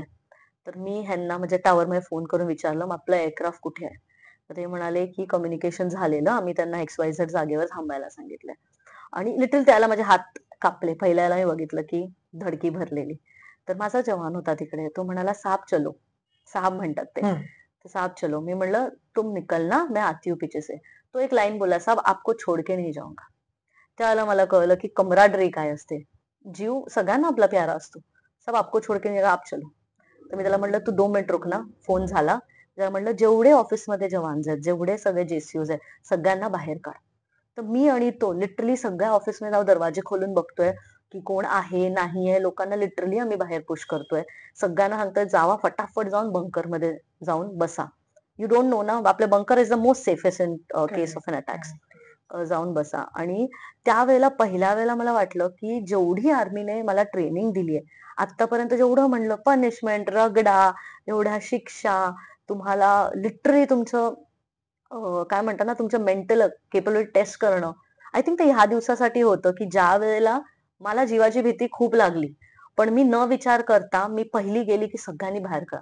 मला खरंच माहित नाही त्यावेळेला कुठून तेवढी ताकद आली, स्वामींनी कुठून मला एवढी ताकद दिली की प्राजक्ता स्वतःबद्दल नाही, पहिलं लोकांबद्दल विचार. त्या सगळ्यांना बाहेर केलं. मग शेवटी त्याला म्हणलं तुम जाओ फिर मैं आती हूँ. कारण का मी एअर ट्रॅफिक कंट्रोलर. मग सगळे आत गेलेले. त्याच्यामध्ये मी हिम्मत करून गाडी काढली माझी, कारण का एव्हिएशन लॉंग आहे, गाडी घेच टावर पर्यंत जायला लागतं. हम्म. ती त्या दिवशीच माझ्याकडे माझी गाडी रिव्हर्स होत नव्हती. म्हणजे एवढा भीती असते माणसाला की तुमचे बेसिक गोष्टी पण, सेन्सेस पण हलतात. मग गाडी काढली, पुन्हा आमच्या टावरमध्ये धावत गेली. तिथे चेक केलं, सगळ्या विमानांना चेक केलं मी आहेत ना, सेफ आहेत. आणि मग तिथे मी आय टूक ऍक्च्युली अ साय ऑफ रिलीफ की हा झालं, आता जे काय होईल ते होईल पुढे. आपण जेवढं आपलं बेसिक काम केलं. आणि मी फक्त एक घरी फोन लावला त्यावेळेला, कारण का त्यावेळेला खरंच असं वाटलेलं की असू शकतो शेवटचा दिवस आपला. तर हा माझा एक क्लोज अनुभव, नॉट विथ बॅटल वगैरे, but with some kind of a incident which was akin to की काहीतरी होऊ शकतं and you have to be prepared for that. I think तू म्हणालीस ते खूप महत्वाचं आहे की अशा ट्रेनिंग मधनच आपल्याला एक काहीतरी असं मिळून जातं जे आपल्याला त्या क्षणाला वाटतं की हे आपण का करतोय, पण हा. त्याचं फलित खूप हो वर्षांनंतर आपल्याला हो मिळतं. पण मग तू किती वर्ष मिलिटरीमध्ये सर्व्हिस केलीस मॅम, तू? 1 वर्षाची ट्रेनिंग आणि 10 वर्षाची सर्व्हिस. माझा बेसिक जो बॉन्ड आहे 10 हम्म. वर्षाचा, हम्म. तो कम्प्लीट केला मी. ओके. पण मग या 10 वर्षामध्ये तू वेगवेगळं ग्रोथ पण पाहिली असशील हो. तुझ्या एव्हिएशन मध्ये. हो. मग ते अनामड आहेत किंवा हां, हां, असे हां. फ्लाइट्स आहेत. त्याबद्दल तू काय सांगशील? मॅम आर्मी एव्हिएशन मध्ये पहिले फक्त हे आपले चीता चेतक हेलिकॉप्टर्स होते. हं, आणि त्यानंतर अडव्हान्स लाईट हेलिकॉप्टर्स ध्रुव जे हं. आपले HAL ने बनवलेले आहेत करेक्ट. ते आले. मग त्याचे 4 व्हर्जन झाले. Mark 1, mark 2, mark 3, mark 4. त्याच्यामध्ये आर्ममेंट वगैरे फिक्स झालं. खूप सारे सोफिस्टिकेटेड इलेक्ट्रॉनिक्स जे दुसऱ्या विमानांमध्ये नव्हते. आणि त्यानंतर आर्टिलरीने एव्हिएशनला आपले UAVs दिले. That is unmanned aerial vehicles. आणि आय एम व्हेरी ग्रेटफुल की I got the opportunity to learn UAVs and I became the first woman officer of Indian Army to हो. Be unmanned aerial vehicle observer pilot. मी सांगेन काय असतं ते. Please सांग. हा. सो UAVs म्हणजे अनमॅन्ड म्हणजे ज्या विमानांमध्ये माणूस नाही. There is no human connection in the aircraft. तर आपण ड्रोन बघितलेत. आपण सगळ्यांना वाटलं ड्रोन पायलट म्हणजे असे छोटेवाले. UAVs ऍक्च्युली आपण जसे बसले हे 3-4 टेबल्स एवढं लांब प्रॉपर विमान असतं. विंग स्पॅन प्रॉपर असतो. त्याच्यामध्ये त्यांचे ब्रेन, त्याचे एव्हिओनिक्स, फ्युल सिस्टम सगळे त्याचे म्हणजे पूर्ण त्याचा ब्रेन तो प्रॉपर आत असतो. आणि त्याचं जे ऑपरेशन असतं it's done from ground. Because sorry मी खूप इंग्लिश नाही म्हणते. नाही प्लीज नाही. बोल प्लीज. बिकॉज आता कसं ऍडव्हान्समेंट झाली आहे बॅटलमध्ये. कन्व्हेन्शनल वॉर कसा 1 to 1 hand to hand combat. पण जर आपल्याला आपली लोक वाचवायची आहेत, मॅन पॉवर जी आहे ज्यांना म्हणजे जास्त हे नकोय आपल्याला कॅज्युअलिटीज जास्त नकोय, तर this is the best way in which आपण रेकीही करू शकतो, रेकॉनिसन्सही करू शकतो आणि ह्या वॉर मध्येही वापरू शकतो UAVs. म्हणजे आता UAVचं काय काम मी शॉर्टमध्ये एकदा सांगेन की ऑब्झर्वेशन करायचं, आपल्या टेरिटरीमध्ये राहून एनिमी टेरिटरीमध्ये पीप करायचं. या UAVs एवढ्या सोफेस्टिकेटेड आहे, ऑफकोर्स महाग तर आहेत, इस्रायली मेड, पण एवढ्या सोफेस्टिकेटेड आहे. त्याचा जो पे लोड म्हणजे जो कॅमेरा आहे तो लिटरली करोड्स मध्ये आहे. तो एवढा अमेझिंग आहे. माझं त्याचंच ऑपरेशन होतं की जरी मी माझ्या भारतात आहे आणि मला कुठल्या दुसऱ्या कंट्रीमध्ये झाकून बघायचं, तर जर बेस्ट वेदर असेल, बेस्ट एकदम म्हणजे क्लिअर कंडिशन्स, तर स्लांट रेंज 20 किलोमीटर पर्यंतही आपण आयडेंटिफाय करू शकतो तो माणूस कोण आहे. म्हणजे वाव. एवढे सोफेस्टिकेटेड आहेत. तर आपल्याला बाहेर नाही जायचं, आपल्याला आपल्या बॉर्डर्स नाही क्रॉस करायचे, आपल्याला इकडेच होऊन आपली रेकॉनिसन्स करायची, आपल्याला स्पॉट करायचे आहेत. मुव्हिंग टार्गेट जसं टेररिस्ट, व्हेइकल्स, परत इन्स्टॉलेशन जर कशाला बंबार्डमेंट करायचे, तर UAV ऑब्झर्व्हरचं काय काम की मला सपोज एक बिल्डिंग आहे जी मला ब्लास्ट करायची फॉर एक्झाम्पल, तिथे सपोज टेररिस्ट असतील, तिथे सिव्हिलियन्स नाही आहेत, ती बिल्डिंगला आपल्याला पाडायचंय. तर तसं मी माझी मॅनपॉवर इन्व्हॉल्व्ह करण्यापेक्षा मी एका हाईट वरून जाऊन एक क्लिअर एरियामध्ये त्याला फक्त डेझिग्नेशन करणार आणि मी लॉक करणार त्या माझ्या टार्गेटला. मुव्हिंगही टार्गेट असेल तेही लॉक होणार. It's actually precision of your hand की मी किती स्मूथली ऑपरेट करू शकते. आणि ती जी माझी फीड आहे, जे मला इनपुट येतो, तो माझा इनपुट ग्राउंड फोर्सेसलाही जाऊ शकतो, तो माझा इनपुट एअरफोर्सलाही जाणार. तर सपोज मला लेझर डेझिग्नेट करायचंय, तर मी फक्त डेझिग्नेट करणार की this is the building which is to be brought down. मग ते फीड जाते फायटर्सना and fighters will come drop their bombs and go. म्हणजे न आपल्याला मॅनपॉवर तिथे नेता जर आपल्याला बेस्ट यूज करायचा आहे तर UAVs आर एक्स्ट्रीमली गुड. जर तुम्हाला जसं टेररिस्ट अटॅक्स असतात जंगल्समध्ये वगैरे, टेररिस्ट पळतात, तर ग्राउंडमध्ये माणसाला दिसणं खूप डिफिकल्ट आहे. तर why not a aerial platform जिथून तुम्हाला एवढी प्रिसिशन मिळते की मी फक्त जो धावतोय त्या माणसावर एकदा लॉक केलं की तो माझा टार्गेट त्याला पकडत पकडत पकडतच राहणार. If we have anything in the jungles म्हणजे जंगलात आहे, तर ग्राउंड फोर्सेसना ते गोष्ट पकडणं खूप मुश्किल आहे. मी तुम्हाला पकडायचा प्रयत्न करते का डेन्स जंगलामध्ये ईस्ट इंडियाच्या, तर माझ्याकडे एक बेस्ट प्लॅटफॉर्म आहे UAVs, जे एका ऑल्टिट्यूड पर्यंत जाऊन मी फक्त तुम्हाला माझ्या प्रिसिशनने ट्रॅक करणार. जर तुम्ही धावताय तरी तो तुम्हाला रडार माझा तुम्हाला ट्रॅक ट्रॅक ट्रॅक करत जाणार, अनलेस खूप मोठा कॉन्ट्रास्ट आहे की तुम्ही कुठे मागे गेलात. इट्स ऑल सगळ्याला आपले लिमिटेशन्स असतात. हा. आणि ही माझी फीड ग्राउंड फोर्सेसला जाणार, जे माझे मे बी पॅरावाले आहेत किंवा माझे इन्फंट्रीवाले जे ऍक्च्युली तो मिशन करतात त्यांना जाणार. And it will be easy for them to track rather than searching on ground. I have some aerial picture जी मला एवढा इनपुट क्लिअर देत आहे की माझा टेररिस्ट कुठे आहे, काय आहे. सो हे करणारी तू पहिली हो. हो, भारतातली मी क्वालिफाईड झाले. क्वालिफाईड झालीस. हो. हो, मग हा. तू असं किती वेळा केलंस मी त्याचं ऍक्च्युअली? अनफॉर्च्युनेटली माझी सर्व्हिस 1 वर्षांनी संपली, तर मला जास्त ह्याची मिशन्स करायची अपॉर्च्युनिटी नाही मिळाली. बट खूप लिमिटेड होती माझी अपॉर्च्युनिटी. पण बेस्ट मॅम ही गोष्ट आहे की आम्ही जे स्टार्ट केलं, आम्ही इनिशियली 3 मुली होतो लेडी ऑफिसर्स, बाकी जेंटलमॅन ऑफिसर्स होते. बिकॉज एक UAV चालवायला एक एक्सटर्नल पायलट लागतो, म्हणजे जो टेक ऑफ आणि लँडिंग करवणार बघून विमानाला रनवेवर. एक इंटरनल पायलट ज्याला मी सांगणार की मला हे माझं टार्गेट आहे, मला UAV अशा लोकेशनला आणून दे जिथून मला ऑब्झर्वेशन करायला मिळते. आणि माझं काम आहे सॉरी, की जेव्हा त्याने एक स्पॉटला आणून ठेवली माझी UAV, की ऑब्झर्व्हरचं काम असतं की ते जे मेन आपलं एम आहे, तो मिशन आहे, तो एक्झिक्यूट करणार, की बिल्डिंग मध्ये कोण आहे किंवा मुव्हिंग टार्गेट आहे की नाही, गाडी कुठली चालली आहे, किंवा मला तिकडची फीड हवी आहे. काही करायचं नाही ना, तिकडे आम्हाला अटॅक करायचंय ना तिकडे टेररिस्ट एलिमिनेट करायचं, काही नाही. फक्त आम्हाला तिकडची इनपुट हवी, की टेररिस्ट कुठे लपले आहेत किंवा त्यांच्या बिल्डिंग मध्ये किती अपडाऊन होतंय, कोण काय करतंय. ते फक्त बसून त्या ह्याच्यावर आपण प्रिसिशनने चेक करत जायचं आणि बघत जायचं. आणि ते तुम्हाला फीड खूप छान कॉन्ट्रास्ट मध्ये दिसतात. ब्लॅक अँड व्हाईट कॉन्ट्रास्ट मध्ये खूप छान प्रकारे दिसतात. रात्रीचे पण असतील तरी दिवसाचंही चांगलं दिसतं. दिवसाचं तर ऑब्व्हियसली डेलाईट मध्ये खूप छान दिसतं. सो ही पूर्ण फीड तुमच्या ग्राउंड फोर्सेसला किंवा तुमच्या सिनियर कमांडर्सला जाणार, ज्यांना ऍक्च्युली पुढे जाऊन ते मिशन एक्झिक्यूट करायचंय. तर UAVचं खूप छान काम आहे सगळ्या गोष्टींमध्ये. आणि मी बोलले, मला एवढी अपॉर्च्युनिटी नाही मिळाली बिकॉज माझी सर्व्हिस संपली. पण ह्याच्यानंतर there are unlimited lady officers, wow. ज्या आता UAV ऑब्झर्व्हर पायलट्स आहेत, ज्या प्रॉपर लांब लांब 13-13 तासाचे मिशन असतात. बिकॉज जर मला ऑब्झर्व करत बसायचंच आहे, तर कदाचित तुम्ही त्या बिल्डिंग मध्ये तुम्ही बाहेर येणार नाही येणार, तुम्ही मुवमेंट करणार नाही करणार, कधी कोण झोपलेलं आहे, कधी कोण काही दुसरं काम करताय. तर it's all about patience and it's all about की तुमचं हाताची तुमच्या म्हणतात ना, ते एकदम जसं रांगोळी वगैरे काढतात किती छान बारकाई, लाईन असते, फिनेस, जो एक्झॅक्टली आपण फिनेस. फिनेस म्हणतो मग तो. तुमच्या हाताचा केवढा फिनेस आहे ट्रॅकिंग करण्यामध्ये. आणि वी आर रिअली थँकफुल, आम्हाला खूप चांगले इन्स्ट्रक्टर्स मिळाले. We were the first batches. I was the senior most there, that's how I became the first one.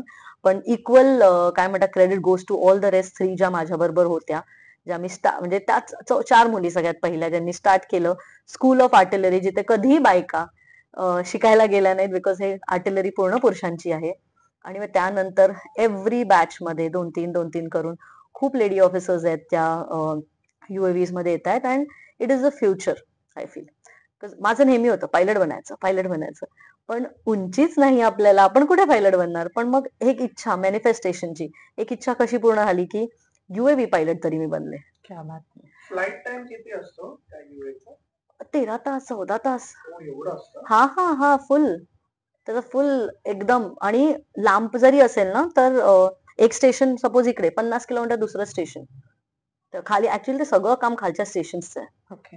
तिकडे सगळं जनरेटर्स वगैरे सगळं सगळं बघत राहणार. आणि इंटरनल पायलटने एकदा सगळं बनवून ठेवलं, म्हणजे मी म्हटलं ह्या बिल्डिंगचं मला रेकी करायची, तू मला विमान असं आणून दे ह्या अँगलला की मला दिसेल. मला दिसत नाही त्याला म्हणणं अँगल शिफ्ट कर, तर मला दिसायला, बिकॉज ऑब्झर्व्हरचं कामच ते आहे. मला दिसलंच नाही तर त्याने ठेवलं. मग कधी कधी ते 8च्या पॅटर्न मध्ये, कधी हॉर्स शूच्या पॅटर्न मध्ये फिरवत राहणार. इट्स नॉट अ हेलिकॉप्टर की ते जसं राहील, it has to keep moving. मग जसं ते मूव्ह होणार, माझा तसा कॅमेरा मूव्ह करायचा.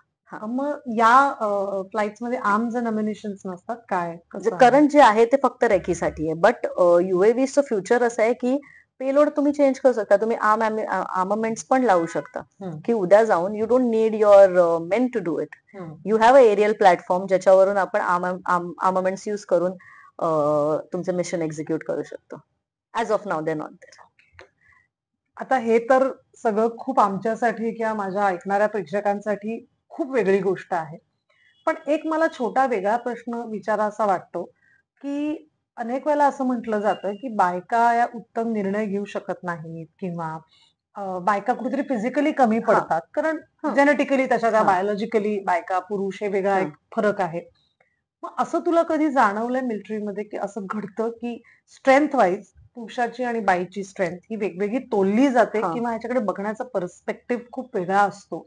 त्याबद्दल तुझं काय मत आहे? मॅम, मला वाटतं हे नॉट मिलिटरी, सगळीकडेच कुठल्याही प्रोफेशन मध्ये जावा, ते बाई आणि पुरुषामध्ये कम्पॅरिझन होतच. जर कुठल्या मुलींना फोर्सेस मध्ये जायचंय, सगळ्यात पहिला हा कॉन्सेप्टच डोक्यातून काढायचा की मी बाई आहे. जेव्हा मीच स्वतः डिफेन्सिव्ह होऊन माझ्या अवतीभोवती ककून करणार, मी पहिलाच तो बॅरियर बनवणार की आप मुझे ऐसी ट्रीटमेंट दो क्योंकि मैं एक महिला हूँ. तो प्रकार. तर तो काढून टाकायचा.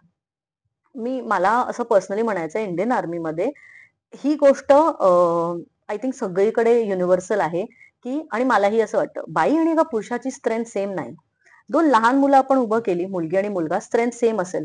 पण जेव्हा सगळे वयात येतात, पुरुष, बायका, स्ट्रेंथ सेम नसते. जर असं असतं तर आपल्याकडे ऑलिम्पिक्स 100 मीटर्सला मुलं-मुली एकत्र धावल्या असत्या. ते तर नाही. बरोबर. तर युनिव्हर्सली एक्सेप्टेड आहे. पण आर्मीमध्ये जेव्हा फायटिंग फोर्सेसमध्ये बायका नाहीयेत.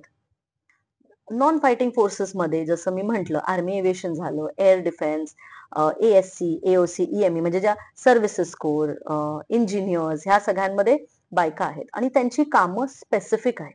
हं. म्हणजे जर कुठली गाडी रिपेअर करायची एक पुरुषही करतोय, ती रणगाडा जो आपला असतो, टँक रिपेअर करणं, ती मुलगीही तेच करू शकते. तो एक स्किलचा फरक आहे, की माझी आणि तुमची स्किल, आपण बायका आहोत, आपल्या ताकद एक सेम असू शकते. जर आपल्याबरोबर तिसरा पुरुष आला, ताकद त्याची डेफिनेटली डिफरंट. जसं मी तुम्हाला मगाशी सांगत होती, की आम्ही 5 किलोमीटर धावतो, 40 किलोमीटर, 30 किलोमीटर धावतो. आमचं टायमिंग्स वेगळे असतात. धावायचं तुम्हाला तेवढंच आहे. पण टायमिंग्स वेगळे का? तर त्या पुरुषाची जास्त ताकद आहे. ते आपण एक्सेप्टच केलं पाहिजे. ओके. हां. पण स्किल वाईज जसं फ्लाइंग झालं, जसं UAVs म्हटलं, तर ते स्किल सेट आहे. तिकडे आपल्याला आपली फिजिकल ताकद नाही लागत. तुमची मेंटल आणि आय थिंक तुमची इंटेलेक्चुअल एबिलिटी जी आहे, ती आय थिंक कुठेतरी मला वाटतं असं कंपॅरिझन ड्रॉ केलं तर इट्स ओके. पण मी हे खूप बघितलं, की ना बायका मे बी डिसिजन नाही घेऊ शकत. असं बऱ्याच लोकांची मतं असतात, की मे बी ती मुलगी आहे तर तिला थोडं प्रोटेक्ट करा वगैरे. मी पर्सनली असं आर्मीमध्ये एवढं नाही बघितलंय आणि I feel there are bad apples everywhere. सगळीकडे आपल्याला कुठलं ना कुठलं तरी होणार. पण अपॉर्च्युनिटी देणं ही इम्पॉर्टंट आहे. स्टँडर्ड्स लोअर नाही करणं. जसं मी तुम्हाला सांगितलं, की आता एनडीए मध्ये मुली आल्या. हं. खूप म्हणजे जेवढं मी सोशल मीडियावर थोडं डिफेन्स ॲस्पिरंटना गाईड करते. प्रो बोनो, की तुम्हाला काय इन्फॉर्मेशन हवी वगैरे. मी ना 3-4 वर्ष आली मी गाईड करत असते. तर तेव्हा मी खूप बघितलं, खूप बॅकलॅश होता, की एनडीए प्रेस्टिजियस अकॅडमी आहे. तिकडे महिलांना काय काम? तिथे मुली कशाला हव्या? बट जर अपॉर्च्युनिटीज दिली नाही, तर ती कसं प्रूव्ह करणार, की तिच्यामध्ये तिला काय? येतंय का नाही येत? एक्झॅक्टली. हं. जर तुम्ही अपॉर्च्युनिटी द्या, तुम्ही एक स्टँडर्ड सेट करा. ऑब्व्हियसली इररॅशनल स्टँडर्ड नाही तुम्ही सेट करू शकत. तुम्ही एका मुलीला नाही बोलू शकत 100 मीटर मुलाच्या परीने धाव. तर तुम्ही रिअलिस्टिक बॅकग्राऊंड असा सेट केला, तर ऑब्व्हियसली महिला सगळीकडे आपल्या कामं करू शकतात. इनफॅक्ट मॅम 23 मध्ये म्हणजे 22 मध्ये तो डिसिजन झाला. 23 मध्ये 6 लेडी ऑफिसर्स त्यांना पहिल्या वेळेला आरटी मध्ये कमिशन केलं. आता वाह! आर्टिलरीमध्ये म्हणजे जसं मला आर्टिलरी गन्स असतात आपल्या, ते ऑपरेट, जसं एअर डिफेन्समध्ये गन्स आम्ही ऑपरेट केले. आर्टिलरीमध्येही गन्सच ऑपरेट करायचे. हो, तुम्हाला ऍडमिनिस्ट्रेशन हॅसल्स होणार आणि आय थिंक ते ओव्हरऑल आपल्या कंट्रीने, सोसायटीने, पुरुषांनी एक्सेप्ट केलं पाहिजे, की जर मी बाई आहे, तर मला ऍडमिनिस्ट्रेशन हॅसल्स मध्ये थोड्या 2-4 गोष्टी जास्त लागणार पुरुषांपेक्षा. बिकॉज मला देवाने बनवलंच तसं आहे, की माझे मंथली सायकल्स आहेत, मला थोडा त्रास होणार. तर त्याच्यासाठी थोडेसे ऍडमिनिस्ट्रेशन हॅसल्स घेतले पाहिजे गव्हर्नमेंटने. ठीक आहे, एक्सेप्टेड आहे. जस्ट बिकॉज मला एका मुलीसाठी एक्स्ट्रा टेंट नाही बांधायचंय म्हणून मी म्हणणार की मुलीच नको, किंवा ह्या कॅम्पमध्ये प्राजक्ताला नेऊच नका, कारण आम्हाला एक्स्ट्रा टेंट तिच्यासाठी बांधायला लागतोय, फॉर एक्झाम्पल. तर हा सगळा माइंडसेट लोकांनी काढला पाहिजे. पण ma'am, women are real good leaders. त्या मल्टीटास्किंग आहेत, खूप सिन्सिअरली कामं करतात. म्हणजे आय थिंक आपल्या बायकांना ना सांगितलं असतं ना नेहमी, की थोडं आपण कुठे कमी पडतो, तर कुठेही जाईल ना त्यांचं डोक्यात असतं, मी आजपासून प्रूव्ह करणार. त्या प्रूव्ह करण्याच्या चक्करमध्ये खूप वेड्यासारखी कामं करतात आणि खूप सिन्सिअरली कामं करतात. फक्त आय थिंक अपॉर्च्युनिटी दिली पाहिजे आणि जो एक बायस्ड माइंडसेट असतो, तो फक्त काढला पाहिजे, की क्यों करना है, क्यों देना है, म्हणजे औरतों का ये काम नहीं है, तो प्रश्न नसलाच पाहिजे. अपॉर्च्युनिटी द्या. जर ती तुमच्या स्टँडर्ड्सना फिट होत नाहीये, तर ती तिची चुकी आहे. बरोबर. ती तुमच्या स्टँडर्ड्सना फिट होते, तर तिला अपॉर्च्युनिटी मिळाली पाहिजे, तिला सगळं मिळालं पाहिजे. आणि तिने असं स्टँडर्ड सेट केलं पाहिजे, की तिच्या परफॉर्मन्सने ज्या खालच्या मुली आहेत, ज्या नेक्स्ट टाइम येणार आहेत, त्यांच्यासाठी एक आदर्श, की त्यांच्यासाठी एक वाटचाल फ्री पाहिजे. तसं त्या आमच्या बायकांनी केलं, त्या लेडी ऑफिसर्सने सॉरी केलं. 10 वर्षाची लीगल बॅटल. तर त्या सिनियर मॅमने आमच्या एवढं केलं नसतं, तर आज आम्ही कुठे बोललो असते, आमचे ज्युनियर्स कुठे बोलले असते, की आम्हाला पण परमनंट कमिशन द्या, किंवा मिळालं का त्या मुलींना, एनडीए का चालू झालं? कारण का कोणीतरी तो म्हणजे ना एक रेव्होल्युशन आणली किंवा कोणीतरी एक पुढाकार घेतला की we will make the change. So nice. पण आता 10 वर्ष तू म्हणतेस तसं तुम्ही शॉर्ट सर्व्हिस कमिशन मध्ये म्हणजे तू हा, तिथनं पास आउट हा. झाली. पण मग तिकडनं बाहेर पडल्यानंतर काय अपॉर्च्युनिटीज असतात कामाच्या दृष्टीने? हा. कारण अ, काय 33-34व्या वर्षी तुम्ही रिटायर हो, होत हो. असाल, त्याच्यानंतर अख्खं पुढचं आयुष्य हो, आहे. सो हो. ते मुलींनी कसं प्लॅन करावं किंवा तू कसं प्लॅन केलंस? म्हणजे हँगिंग युनिफॉर्म सगळ्यात माझ्या आयुष्यातला मोठा डिसिजन, खूप हेवी आणि इमोशनल डिसिजन होता की आपला युनिफॉर्म हँग करायचा की उद्यापासून युनिफॉर्म घालणार नाही. ते खूप होतं आणि you will not believe ma'am, आजपर्यंत माझ्या कपाटात माझा युनिफॉर्म सेट आहे. कारण का ते मला वेड्यासारखं प्रेम होतं पहिल्यापासून. म्हणजे काय काय लोकांचं ऑब्सेशन आणि म्हणतात ना ते दॅट्स माय फर्स्ट लव्ह, तसं होतं. तर आय हॅव केप्ट दॅट. पण जर शॉर्ट सर्व्हिस कमिशन्ड ऑफिसर्स बाहेर निघतात तर मॅम अपॉर्च्युनिटी खूप आहेत कॉर्पोरेटमध्ये, खूप. आपलं आपलं बिझनेसही स्टार्ट करू शकतो. काही काही लोक मस्त कॅफे स्टार्ट करतात, ऑन्टरप्रेनर्स बनतात वगैरे. पण मॅक्सिमम मी बघितलं कॉर्पोरेटमध्ये जातात. मी स्वतः नोकरी केली मॅम अमेझॉन मध्ये, ई कॉमर्स कंपनी जी आहे त्याच्यामध्ये मी नोकरी केली 2.5 वर्ष. तर ट्रान्झिशन असा डिफिकल्ट होतो बिकॉज मिलिटरीमध्ये देर इज नो डेमोक्रेसी. जर मला ऑर्डर्स मिळाले ये करना है 12 बजे से पहले, तर हे होणारच. त्याला there no two ways about it. आम्हाला अकॅडमी शिकवलं जातं there is nothing such as no, there is nothing such as giving up. तर मग आम्ही त्याच माइंडसेटने बाहेर निघतो. पण कॉर्पोरेटमध्ये आपल्याला खूप फ्लेक्झिबल व्हायला लागतं, भयंकर. कारण का प्रत्येकाची मतं असतात वेगळी, प्रत्येकाला बोलायची अपॉर्च्युनिटी असते. आर्मीमध्येही असते, ट्रान्सपरन्सी सगळीकडे आहे. पण तिकडे नीड टू नो बेसिसवर तुम्हाला इन्फॉर्मेशन आहे. Because you are fighting an enemy. तुमची तिकडे एकही चुकी will cost you life. Unlike in corporate, माझी चुकी will cost me $1,000,000, worst come worst. But here it is gonna cost you life. तर एक स्पेसिफिक पद्धतीने आम्हाला तिकडे घडवलेलं असतं. आणि मग थोडासा माझ्या पर्सनली लाईफमध्ये थोडेसे डिफिकल्ट होतं जे आपण कॉर्पोरेटमध्ये जातो. पण एक फ्लेक्झिबिलिटी मी आर्मी ऑफिसर्स मध्ये बघितली की कुठेही जातात ना, थोडं स्टार्टिंगला वाटणार पण मग तिकडे एकदम आपलं ब्लेंड होऊन जातात. आमचे एक सर होते, ते नेहमी बोलायचे की आर्मी ऑफिसर कसा असतो किंवा कसा असावा, की सकाळी ना जरी तुम्ही त्याला जंगलांमध्ये सोडलं आणि त्या शिळी चपाती भाकरी दिली ना, तो ती खुशीने खाईल. आणि संध्याकाळी मस्त त्याला तयार करून बोलला 5 स्टार मध्ये जाऊन जेवायचं, तर त्या एटिकेट्सने जेवणार. म्हणजे एवढा ब्रॉड स्पेक्ट्रम आहे एका आर्मी ऑफिसरच्या किंवा आर्म फोर्सेस ऑफिसर्सच्या अडॅप्टेबिलिटीचा. तर मग बाहेर जाऊनही आरामात होतं. खूप कॉर्पोरेट्स आहेत त्यांना मॅनेजरल लेवलला, बिकॉज मॅन पॉवर म्हणजे पहिल्या दिवसापासून तुमच्या अंडर मेन असतात. यू आर कमांडिंग पीपल पहिल्या दिवसापासून. तर एवढा 10-14 वर्षाचा एक्सपिरियन्स, मॅन म्हणजे कम्प्लिटली मेड मॅनेजर्स मिळतात कॉर्पोरेटमध्ये त्यांना. आणि मग छान पगारावर सुद्धा घेतात. म्हणजे जसं शॉर्ट सर्व्हिसना आम्हाला पेन्शन नाहीये, तर ऑब्व्हियसली जर पुरुष आहेत आपली बायको सांभाळायची आहे, मुलं सांभाळायची आहेत, बाई आहे तर तिला आपलं सेकंड करिअर करायचं, तिलाही सांभाळायचे असतील आपले फॅमिली Family. मेंबर्स आणि खूप सारं. तर मग कसं फायनान्शियली कसं स्वतःला सपोर्ट करणार. तर yes, corporates have actually come forward. खूप MOUs आहेत बऱ्याच कॉर्पोरेट कंपनीज बरोबर आणि जे घेतात. बट अगेन तुम्हाला त्यांच्या स्किल्स प्रमाणे स्वतःला अपस्किल करावं लागतं. तुम्हाला त्यांच्या पगारावर ऍडजस्ट करायला लागतं आणि थोडस टोन डाऊन होऊन माइंडसेट थोडा चेंज डिप्लोमॅटिक थोडं बनायला लागतं. गोड शुगर कोटेडली बोलायला लागतं, जे मला अजिबात जमलं नव्हतं. खूप डिफिकल्ट व्हायचं बिकॉज मला सवय होती ऑर्डर्स द्यायची. ये काम 2 बजे तक चाहिए, इसको ये करो, क्लिअर क्लिअर कट ऑर्डर्स. पण इकडे तुम्हाला खूप शुगर कोटेडली बोलावं लागतं. तर माझ्या पर्सनल लाईफमध्ये ते होतं की मला त्या गोष्टीवर खूप थोडं स्वतःला ऍडजस्ट करावं लागलं. बीइंग अन आर्मी ऑफिसर पर्क्स काय काय असतात? आम्ही सगळं जे ऐकतो हो. त्या मी अनुषंगाने हे सगळे हो. प्रश्न काढले. मॅम, आपण जे ऑफिसर असतो म्हणजे ऑफिसर म्हणजे क्लास 1 गेजेटेड ऑफिसर, एक क्लास 2 गेजेटेड ऑफिसर म्हणजे ज्युनियर कमिशन ऑफिसर्स, आणि तिसरे म्हटले आपले जवान. पर्क्स अँड प्रिव्हिलेजेस सगळ्यांना ऑलमोस्ट एकसारखे असतात. हा. लोकांना असं खूप वाटतं की ऑफिसरना जास्त मिळतं, असं नाही.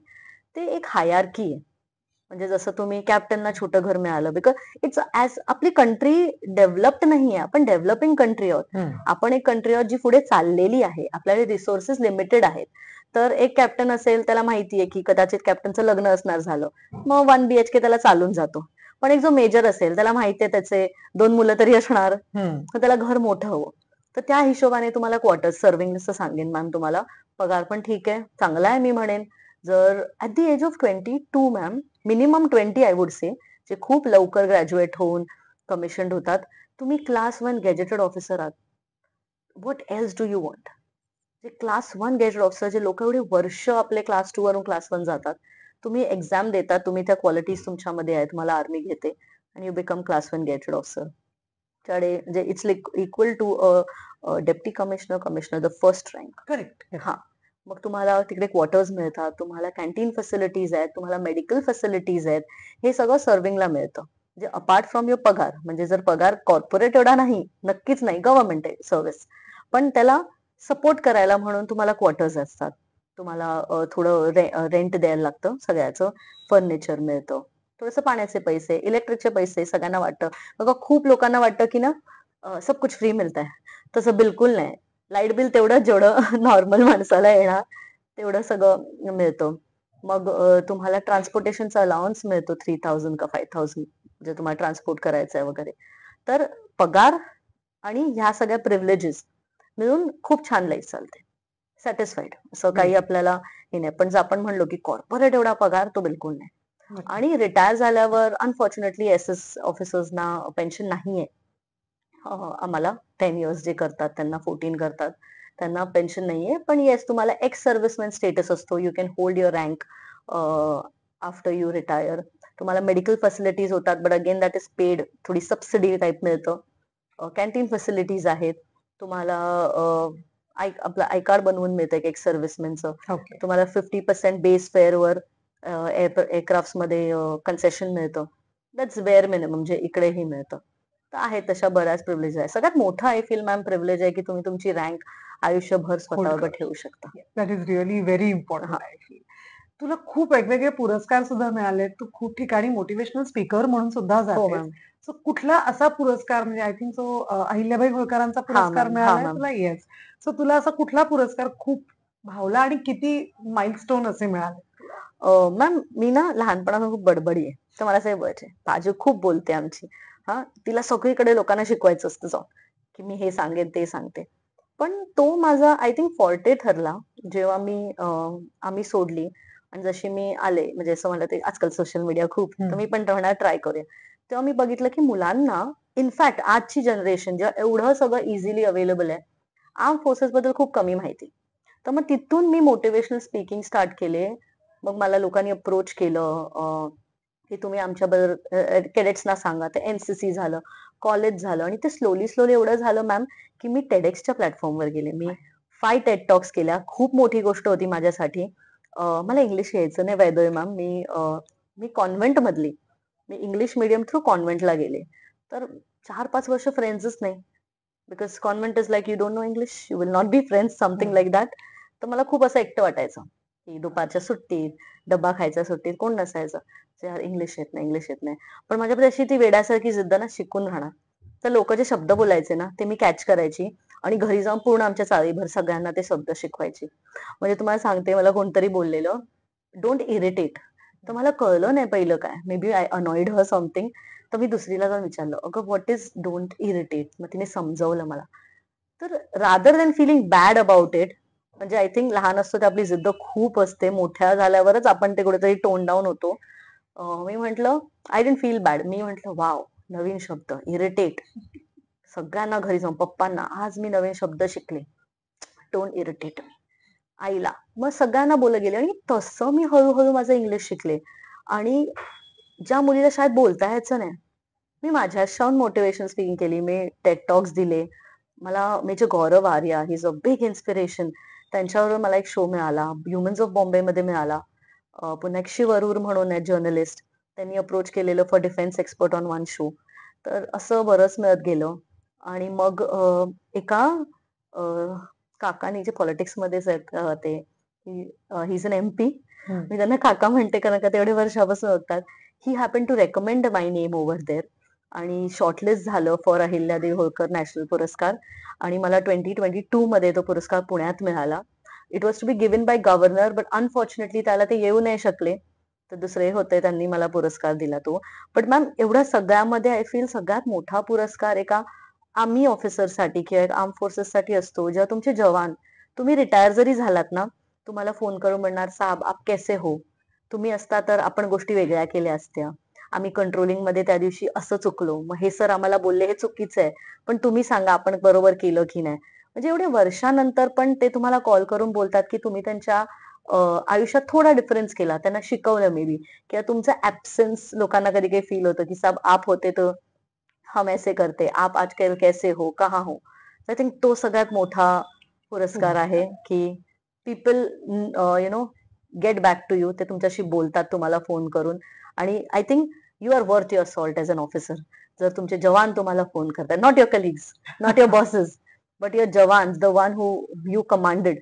ती लोकं जेव्हा तुम्हाला येऊन बोलतात, की तुमचा कुठेतरी नसलेला आम्हाला ॲब्सेन्स फील होतो. Wow, that's really nice. आता आपण शेवटाकडे आलोय, तर हां. मला हा प्रश्न नक्की तुला विचारायला आवडेल, की येणाऱ्या मुलींना हां. किंवा ज्यांना इंटरेस्ट आहे त्यांना तू काय सांगशील? किंवा या करिअरकडे बघण्याचा काय दृष्टिकोन ठेवायला सांगशील? हे करिअर ना ऍक्च्युली एक करिअर म्हणजे असं म्हणतात ना की it's not a job, it's a way of life. Because जेव्हा तुम्हाला इथे सिलेक्टही करतात, लाखोंनी स्टुडंट्स एक्झामला बसतात, थाउजंड विल पास. त्यानंतर तुमचा एक सर्व्हिस सिलेक्शन बोर्डचा इंटरव्ह्यू होतो. इंटरव्ह्यू म्हणतात त्याला 5 दिवसाचा. तुमची सायकोलॉजी, तुमचे इंटरपर्सनल स्किल्स, तुमच्या बोलण्याच्या, तुमच्या लिडरशिप क्वालिटीज, तुमच्या पर्सनॅलिटी टेस्ट केली जाते. हं. त्यानंतर त्या 100च्या मुलांमध्ये 3-4 मुलं-मुली रेकमेंड होतात. त्यांना मेडिकल देतात. मग त्यांची मेरिट जाते. मग तुम्ही एवढं सगळं केल्यावर जेव्हा तुम्ही ना रेकमेंड होता, it is because you have that in you. तर ज्यांना कोणालाही या प्रोफेशनमध्ये यायचं आहे, हे लक्षात ठेवलं पाहिजे, की जे पिक्चरमध्ये दिसतं तसं नाही, की बाबा युनिफॉर्म घातला, बॉर्डरवर फाईट करायला गेलो नाही. You have to be worth your salt. You should know what your job is. तुमच्यामध्ये जर करेज असेल, बेसिक गोष्टी सांगते, करेज असेल आणि तुमच्यामध्ये सेल्फलेसनेस असेल, की दुसऱ्यांचा पहिला विचार करायचा, स्वतःचा नंतर विचार करायचा, then arm forces is a profession for you. म्हणजे मला नाही, मला दुखतंय, मला खुपतंय म्हणून तिकडे नाही चालणार. तिकडे जर तुम्ही एकदम सेल्फलेसली जर तुम्ही काम केलं आणि तुम्ही पूर्ण आपलं करेज ठेवलं आणि you stand up for what is right. Courage म्हणजे फक्त बॉर्डरवर जाऊन फाईट नाही करणं. You stand up for what is right. You stand up for your own troops. Even if you know त्याने काहीतरी चुकी केली आहे. पण तुम्ही त्याच्यामध्ये आणि तुमच्या बॉसच्या मध्ये जर तुम्ही गार्ड बनून उभं राहिलात, तुम्ही त्यांच्या आयुष्याबद्दल, त्यांच्या करिअरबद्दल विचार करणारे असाल, तर it is an amazing profession. खूप यावं. आणि माझं पर्सनल मत आहे मॅम, आपण ज्या मातृभूमीमध्ये जन्माला आलोय, आपलं काहीतरी कर्तव्य असतं. तर जर तुम्ही तुमचं कर्तव्य असं बजावू शकलात, तर it is an wonderful profession. मुलींसाठी ही खूप अमेझिंग प्रोफेशन आहे. येस, हार्डशिप्स असणार. It will not be a cake walk, की ते सगळे रोज पेटल्स टाकले. No, it will be tough. It will challenge you each and every day. But जर तुम्ही डिटरमाइंड आहात की तुम्हाला सैन्यात यायचं आहे, तर नक्की या. आणि लोकांना सांगू नका देऊ, जज करून नका देऊ, की तू हे करू शकतेस का, करू शकतेस, करू शकतो का. तर मी पण एका छोट्या घरातून आली, मी लालबाग भरून आली. लोकांना माहितीये 90s मध्ये लालबाग परत कसं होतं, किती नटोरियस होतं. जर माझ्यासारखी मुलगी करू शकते आणि आजकाल टेक्नॉलॉजी सगळीकडे पोचली, गावखेड्यातही पोचली, इन्फॉर्मेशन सगळीकडे आहे, तर डोंट म्हणजे आपलं बॅकग्राऊंड आणि मी इथून आले म्हणून मी आयुष्यात काही करू शकत नाही, मोठी बनू शकत नाही, हा माइंडसेट नाही ठेवावा. If you have made your mind, you better do it. तू अजून एक गोष्ट करते, दॅट इज अॅनिमल वेलफेअर. तू रेस्क्युअर आहे? हो मॅम, फुल फ्लेज असं नाही, जेवढं लोकांकडे शेल्टर्स असतात, एनजीओ चालतात तसं नाही. बट मी माझ्या परीने माझ्या अख्ख्या सर्व्हिसमध्ये जिथे जिथे मी पोस्टेड होते, मी कॅट्स, डॉग्स, बर्ड्स आणि कॅटल्स त्यांनाही मी रेस्क्यू केलेले आहे. हो. मग आता मुंबईत तू आहेस, तर तू काय काय म्हणजे मुंबईत कुठल्या संस्थेशी निगडीत आहेस का तुझी आहे संस्था? नाही मॅम, मी कोणाशी असोसिएट नाही झाली, बिकॉज माझी जी पोस्टिंग होती ती प्रत्येक वेळेला 2-2 वर्षाची होती. मी रेस्क्यूइंग स्टार्ट केलं म्हणजे माझ्या हे घरातच आहे. म्हणजे माझ्या पणजोमांपासून आमच्याकडे प्राणी. हं. तर कधी म्हैस होती, पुन्हा कुत्रे कुत्रा वगैरे असेल. होते. हो. माझ्या पप्पांकडे खूप सारे कुत्रे होते, मांजरी होती. तर I think it's in the blood ते हे झालं. एक छोटासा किस्सा जर मी सांगू शकते. त्यावेळेला गावात कसं होतं, की एके टाइमला गाईने वगैरे दूध नाही आलं तर विकून टाकायचे. हं. लोकांना आय थिंक माहिती नव्हतं, की विकल्यावर कुठे जातात त्या. I still feel. तर विकून टाकायचे. तर पप्पांनी माझ्या आईने मला ही गोष्ट सांगितली, की आमच्या गावात दुसऱ्या गावाला जायला तो ब्रिज नव्हता. ते आम्ही खाडी कोकणातले खाडीवर गाव. तर त्या बोटने जायला लागायचं. तर तिचं गौरी का लक्ष्मी नाव होतं गाईचं. तर लोक तिला ओढत होते की बस त्या ह्याच्यामध्ये बोटीमध्ये जायचंय. तर ती ऐकेना, कोणाचंच ऐकेना. त्यांनी पंजोमानीतला फक्त हाक मारली, लक्ष्मी इकडे ये. माझ्या आईने ऐकली वाटते स्टोरी का पप्पांनी. तर तिने कुत्र्यासारखी झेप घेतली आणि ती त्या होडीत बसली. तर तेव्हा ह्यांना एवढं फील झालं की एका जनावराने एवढं प्रेम लावलं की आपण तिला विकतोय, पण तिने उडी मारून बसली का तिचा मालक बोलला.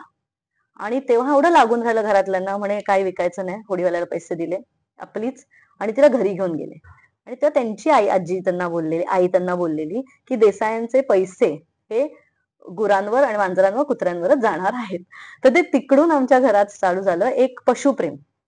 आणि खूप वर्ष मी स्टार्ट केलं. मी लहानपणी करायची इथे साखराबाई पेठेत म्हणून परेलला हॉस्पिटल आहे. आणि थोडं पप्पांचं वगैरे पॉलिटिक्समध्ये सगळं असल्यापासून मी तिकडे जाऊन खूप असं दम भरायचे सगळ्यांना की आम्हाला हे ओळखतात, आम्ही ह्यांना ओळखतो, हा कुत्रा तुम्ही उचलाच. Because as a child you don't have the resources. तर कधी पाय तुटलेलं कुत्रं, एकाची कंबर मोडलेली, ती खूप स्वतःला ड्रॅग करायची. मी एथ मध्ये होती. मी अक्षरशः त्या हॉस्पिटलमध्ये जाऊन भांडण केलेली की तुम्ही त्याला घ्या, तुम्ही त्याला उचला. लिटरली त्यांची अँब्युलन्स घेऊन आले, तिला उचललं आणि त्यांना नेवलं. आणि मग जेव्हा तिचं ऑपरेशन झालं 1 or 2 months आफ्टर, त्यांनी तिला आणून तिकडे सोडलेली. तर असं खूप म्हणजे लोकांसाठी वेडेपणा असतो, पण असं खूप केला मी त्यावेळेला. आणि जेव्हा स्वतः कमवायला लागले तेव्हा मी हे प्रॉपर कुत्र्यांचं वगैरे जे रस्त्यावर भेटतात, कोणाचा पाय तुटलाय, कोणाचं काय आहे, तसं रेस्क्यू केले माझ्या स्वतःच्या घरात. म्हणजे जिथे मी पोस्टिंग टू पोस्टिंग जाते, माझ्याकडे 5 कुत्रे, एक माझी वारली, तर आता 4 कुत्रे कोणाच्या आईने सोडलेलं. माझी एक कुत्री तर पूर्ण हाफ पॅरलाइज्ड होती जेव्हा ती मला रस्त्यावर भेटलेली, पिल्लं. तर त्यांना अजूनही बघते. आणि तिथून तो माझा प्रवास चालू झाला. सिलिगुडीमध्ये रोज दुपारी लिटरली माझ्या ज्या कॉलनी म्हणजे असे क्वार्टर्स 4 असतात, त्याच्यामध्ये बैल आणि त्यांचे बछडे खूप सोडतात आपल्या कंट्रीमध्ये. ते येऊन असायचे. मग त्यांना पूर्ण भाजीपाला घाला, आमच्या घरात जेवढी भाजीपाली आहे त्यांना घाला, त्यांना खायला द्या. आमच्या एका सर्वंट क्वार्टर्स मध्ये एका गाईने बछडाही दिला. हा, म्हणजे खूप, म्हणजे जेवढं आम्हाला होईल तेवढं. बिकॉज विथ आर्मी खूप रिस्ट्रिक्शन येतात मॅम. आणि मी हे बघितलं की ब्रीडचा कुत्रा सगळ्यांना आवडतो, पण जरा इंडियन कुत्रे म्हणल्या लोक एक स्टेप मागे घेतात. तर इनिशियली खूप रेझिस्टन्स मिळाला. पण मग स्लोली अँड स्टेडीली म्हटलं ना, आपण करत राहिलो ना, मग लोक पण तुम्हाला जॉईन होतात. मी कोर्सेस मध्ये पण कुत्र्यांना रेस्क्यू केलं, त्या अडॉप्शनला दिलं. 4 महिने जो माझा UAV कोर्स होता नाशिकला, तिथे कुत्रीला छोट्या पारवो मधून काढलं, मोठी केली तिला, आणि एकीकडे अडॉप्ट करून आली. तर जेवढं होतं आम्ही करतो. म्हणजे इट्स ओन मनी. आमची गाडी आहे XUV, मोठी आहे. तर त्याच्यामध्ये मी एक बछडा सुद्धा बसवलेला एकदा, लोकांची मदत घेऊन रस्त्यावर. ते म्हणते पागल औरत, ही पागल आंटी आ जाती है. तो बिचारा दिवसभर बसलाय रस्त्यावर, कोणी त्याला लेफ्ट राईट नाही केलं. माझं मन एवढं अडकलं, मी कुठेतरी गेलेली, मी तिथून परत आली, आजूबाजूला विचारलं, म्हणे त्याला मारून गेली गाडी वगैरे, तो तिकडेच आहे, आम्ही त्याला खायला येतो. मग मी फाइंड आउट केली गौशाळा वगैरे तिकडे. मग त्याला लिटरली उचलला आणि गाडीमध्ये XUV मध्ये छोटा तोपला बछडा पूर्ण XUV मध्ये मावला. आणि मग रात्री जाऊन मी आणि माझ्या नवऱ्याने त्याला एका गौशाळेत ऍडमिट केला वगैरे, जेवढे बेसिक पैसे. तर जेवढंही माझ्या कुवतीत आहे, माझ्या कॅपॅसिटी मध्ये आहे, मी तेवढं करते. आणि मी मॅम तुमच्या चॅनलच्या माध्यमातून नक्की लोकांना सांगेन की ही डिबेट करू नका, नॉनव्हेज खायचं नाही खायचं, तुम्ही खाता मग तुम्ही बोलू नका. जर माझी कॅपॅसिटी असेल की एखाद्याला मी एक जीव तरी वाचवू शकेन, तो वाचवा. एक जीव सुद्धा. म्हणजे मी नॉनव्हेज खाते म्हणून मी प्रीच नाही केलं पाहिजे, किंवा मी कुत्रेच नाही वाचवले. जे काही आपल्या केपेबिलिटी मध्ये होईल, तर कुत्रा, मांजर, उंदीर असू दे, पक्षी असू दे, जेवढं काही मागत नाही ते पैसे, तुमची प्रॉपर्टी नाही घ्यायला आले ते. थोडस खायला द्या आणि जेवढी हेल्प होऊ शकेल त्यांना हेल्प करा. If you are saving even 1 life ना, आपल्यासाठी मोठं नसेल, पण त्या मे बी कुत्र्या मांजरासाठी खूप मोठी गोष्ट असेल ते. तर आय एम रिअली थँकफुल की ह्या प्लॅटफॉर्म थ्रू मी हे बोलू शकते की go help anybody, everybody possible. Because माणसांना मदत करणारे खूप आहेत, प्राण्यांना मदत करणारी थोडी कम्युनिटी लेस आहे. येस, आम्हाला आज अशी एक वेगळी व्यक्ती भेटली जी एक इंडियन आर्मी पासनं एक अॅनिमल रेस्क्युअर पर्यंत आहे. आणि तू अशा एका संस्थेतनं बाहेर आली आहेस जिथे स्त्री पुरुष हा भेदभाव केला जात नाही. नाही. त्यामुळे थँक्यू मेजर प्राजक्ता साहेब, तुम्ही आज आमच्या इथे आलात आणि तुमची सगळी मतं, तुमचे अनुभव शेअर केलेत. नक्कीच या पॉडकास्ट मधनं आपल्या भारताला खूप उत्तम कॅडेट्स मिळतील, मग ते स्त्री असतील पुरुष असतील, तो फरक आम्ही बघत नाही साहेब, हे आज आम्हाला त्यांनी शिकवलं. Thank you so much. आणि जाता जाता मेहरून निसा नावाचा एक ब्रँड आहे, त्यांच्याकडनं तुला एक sari. Thank you thank you so much.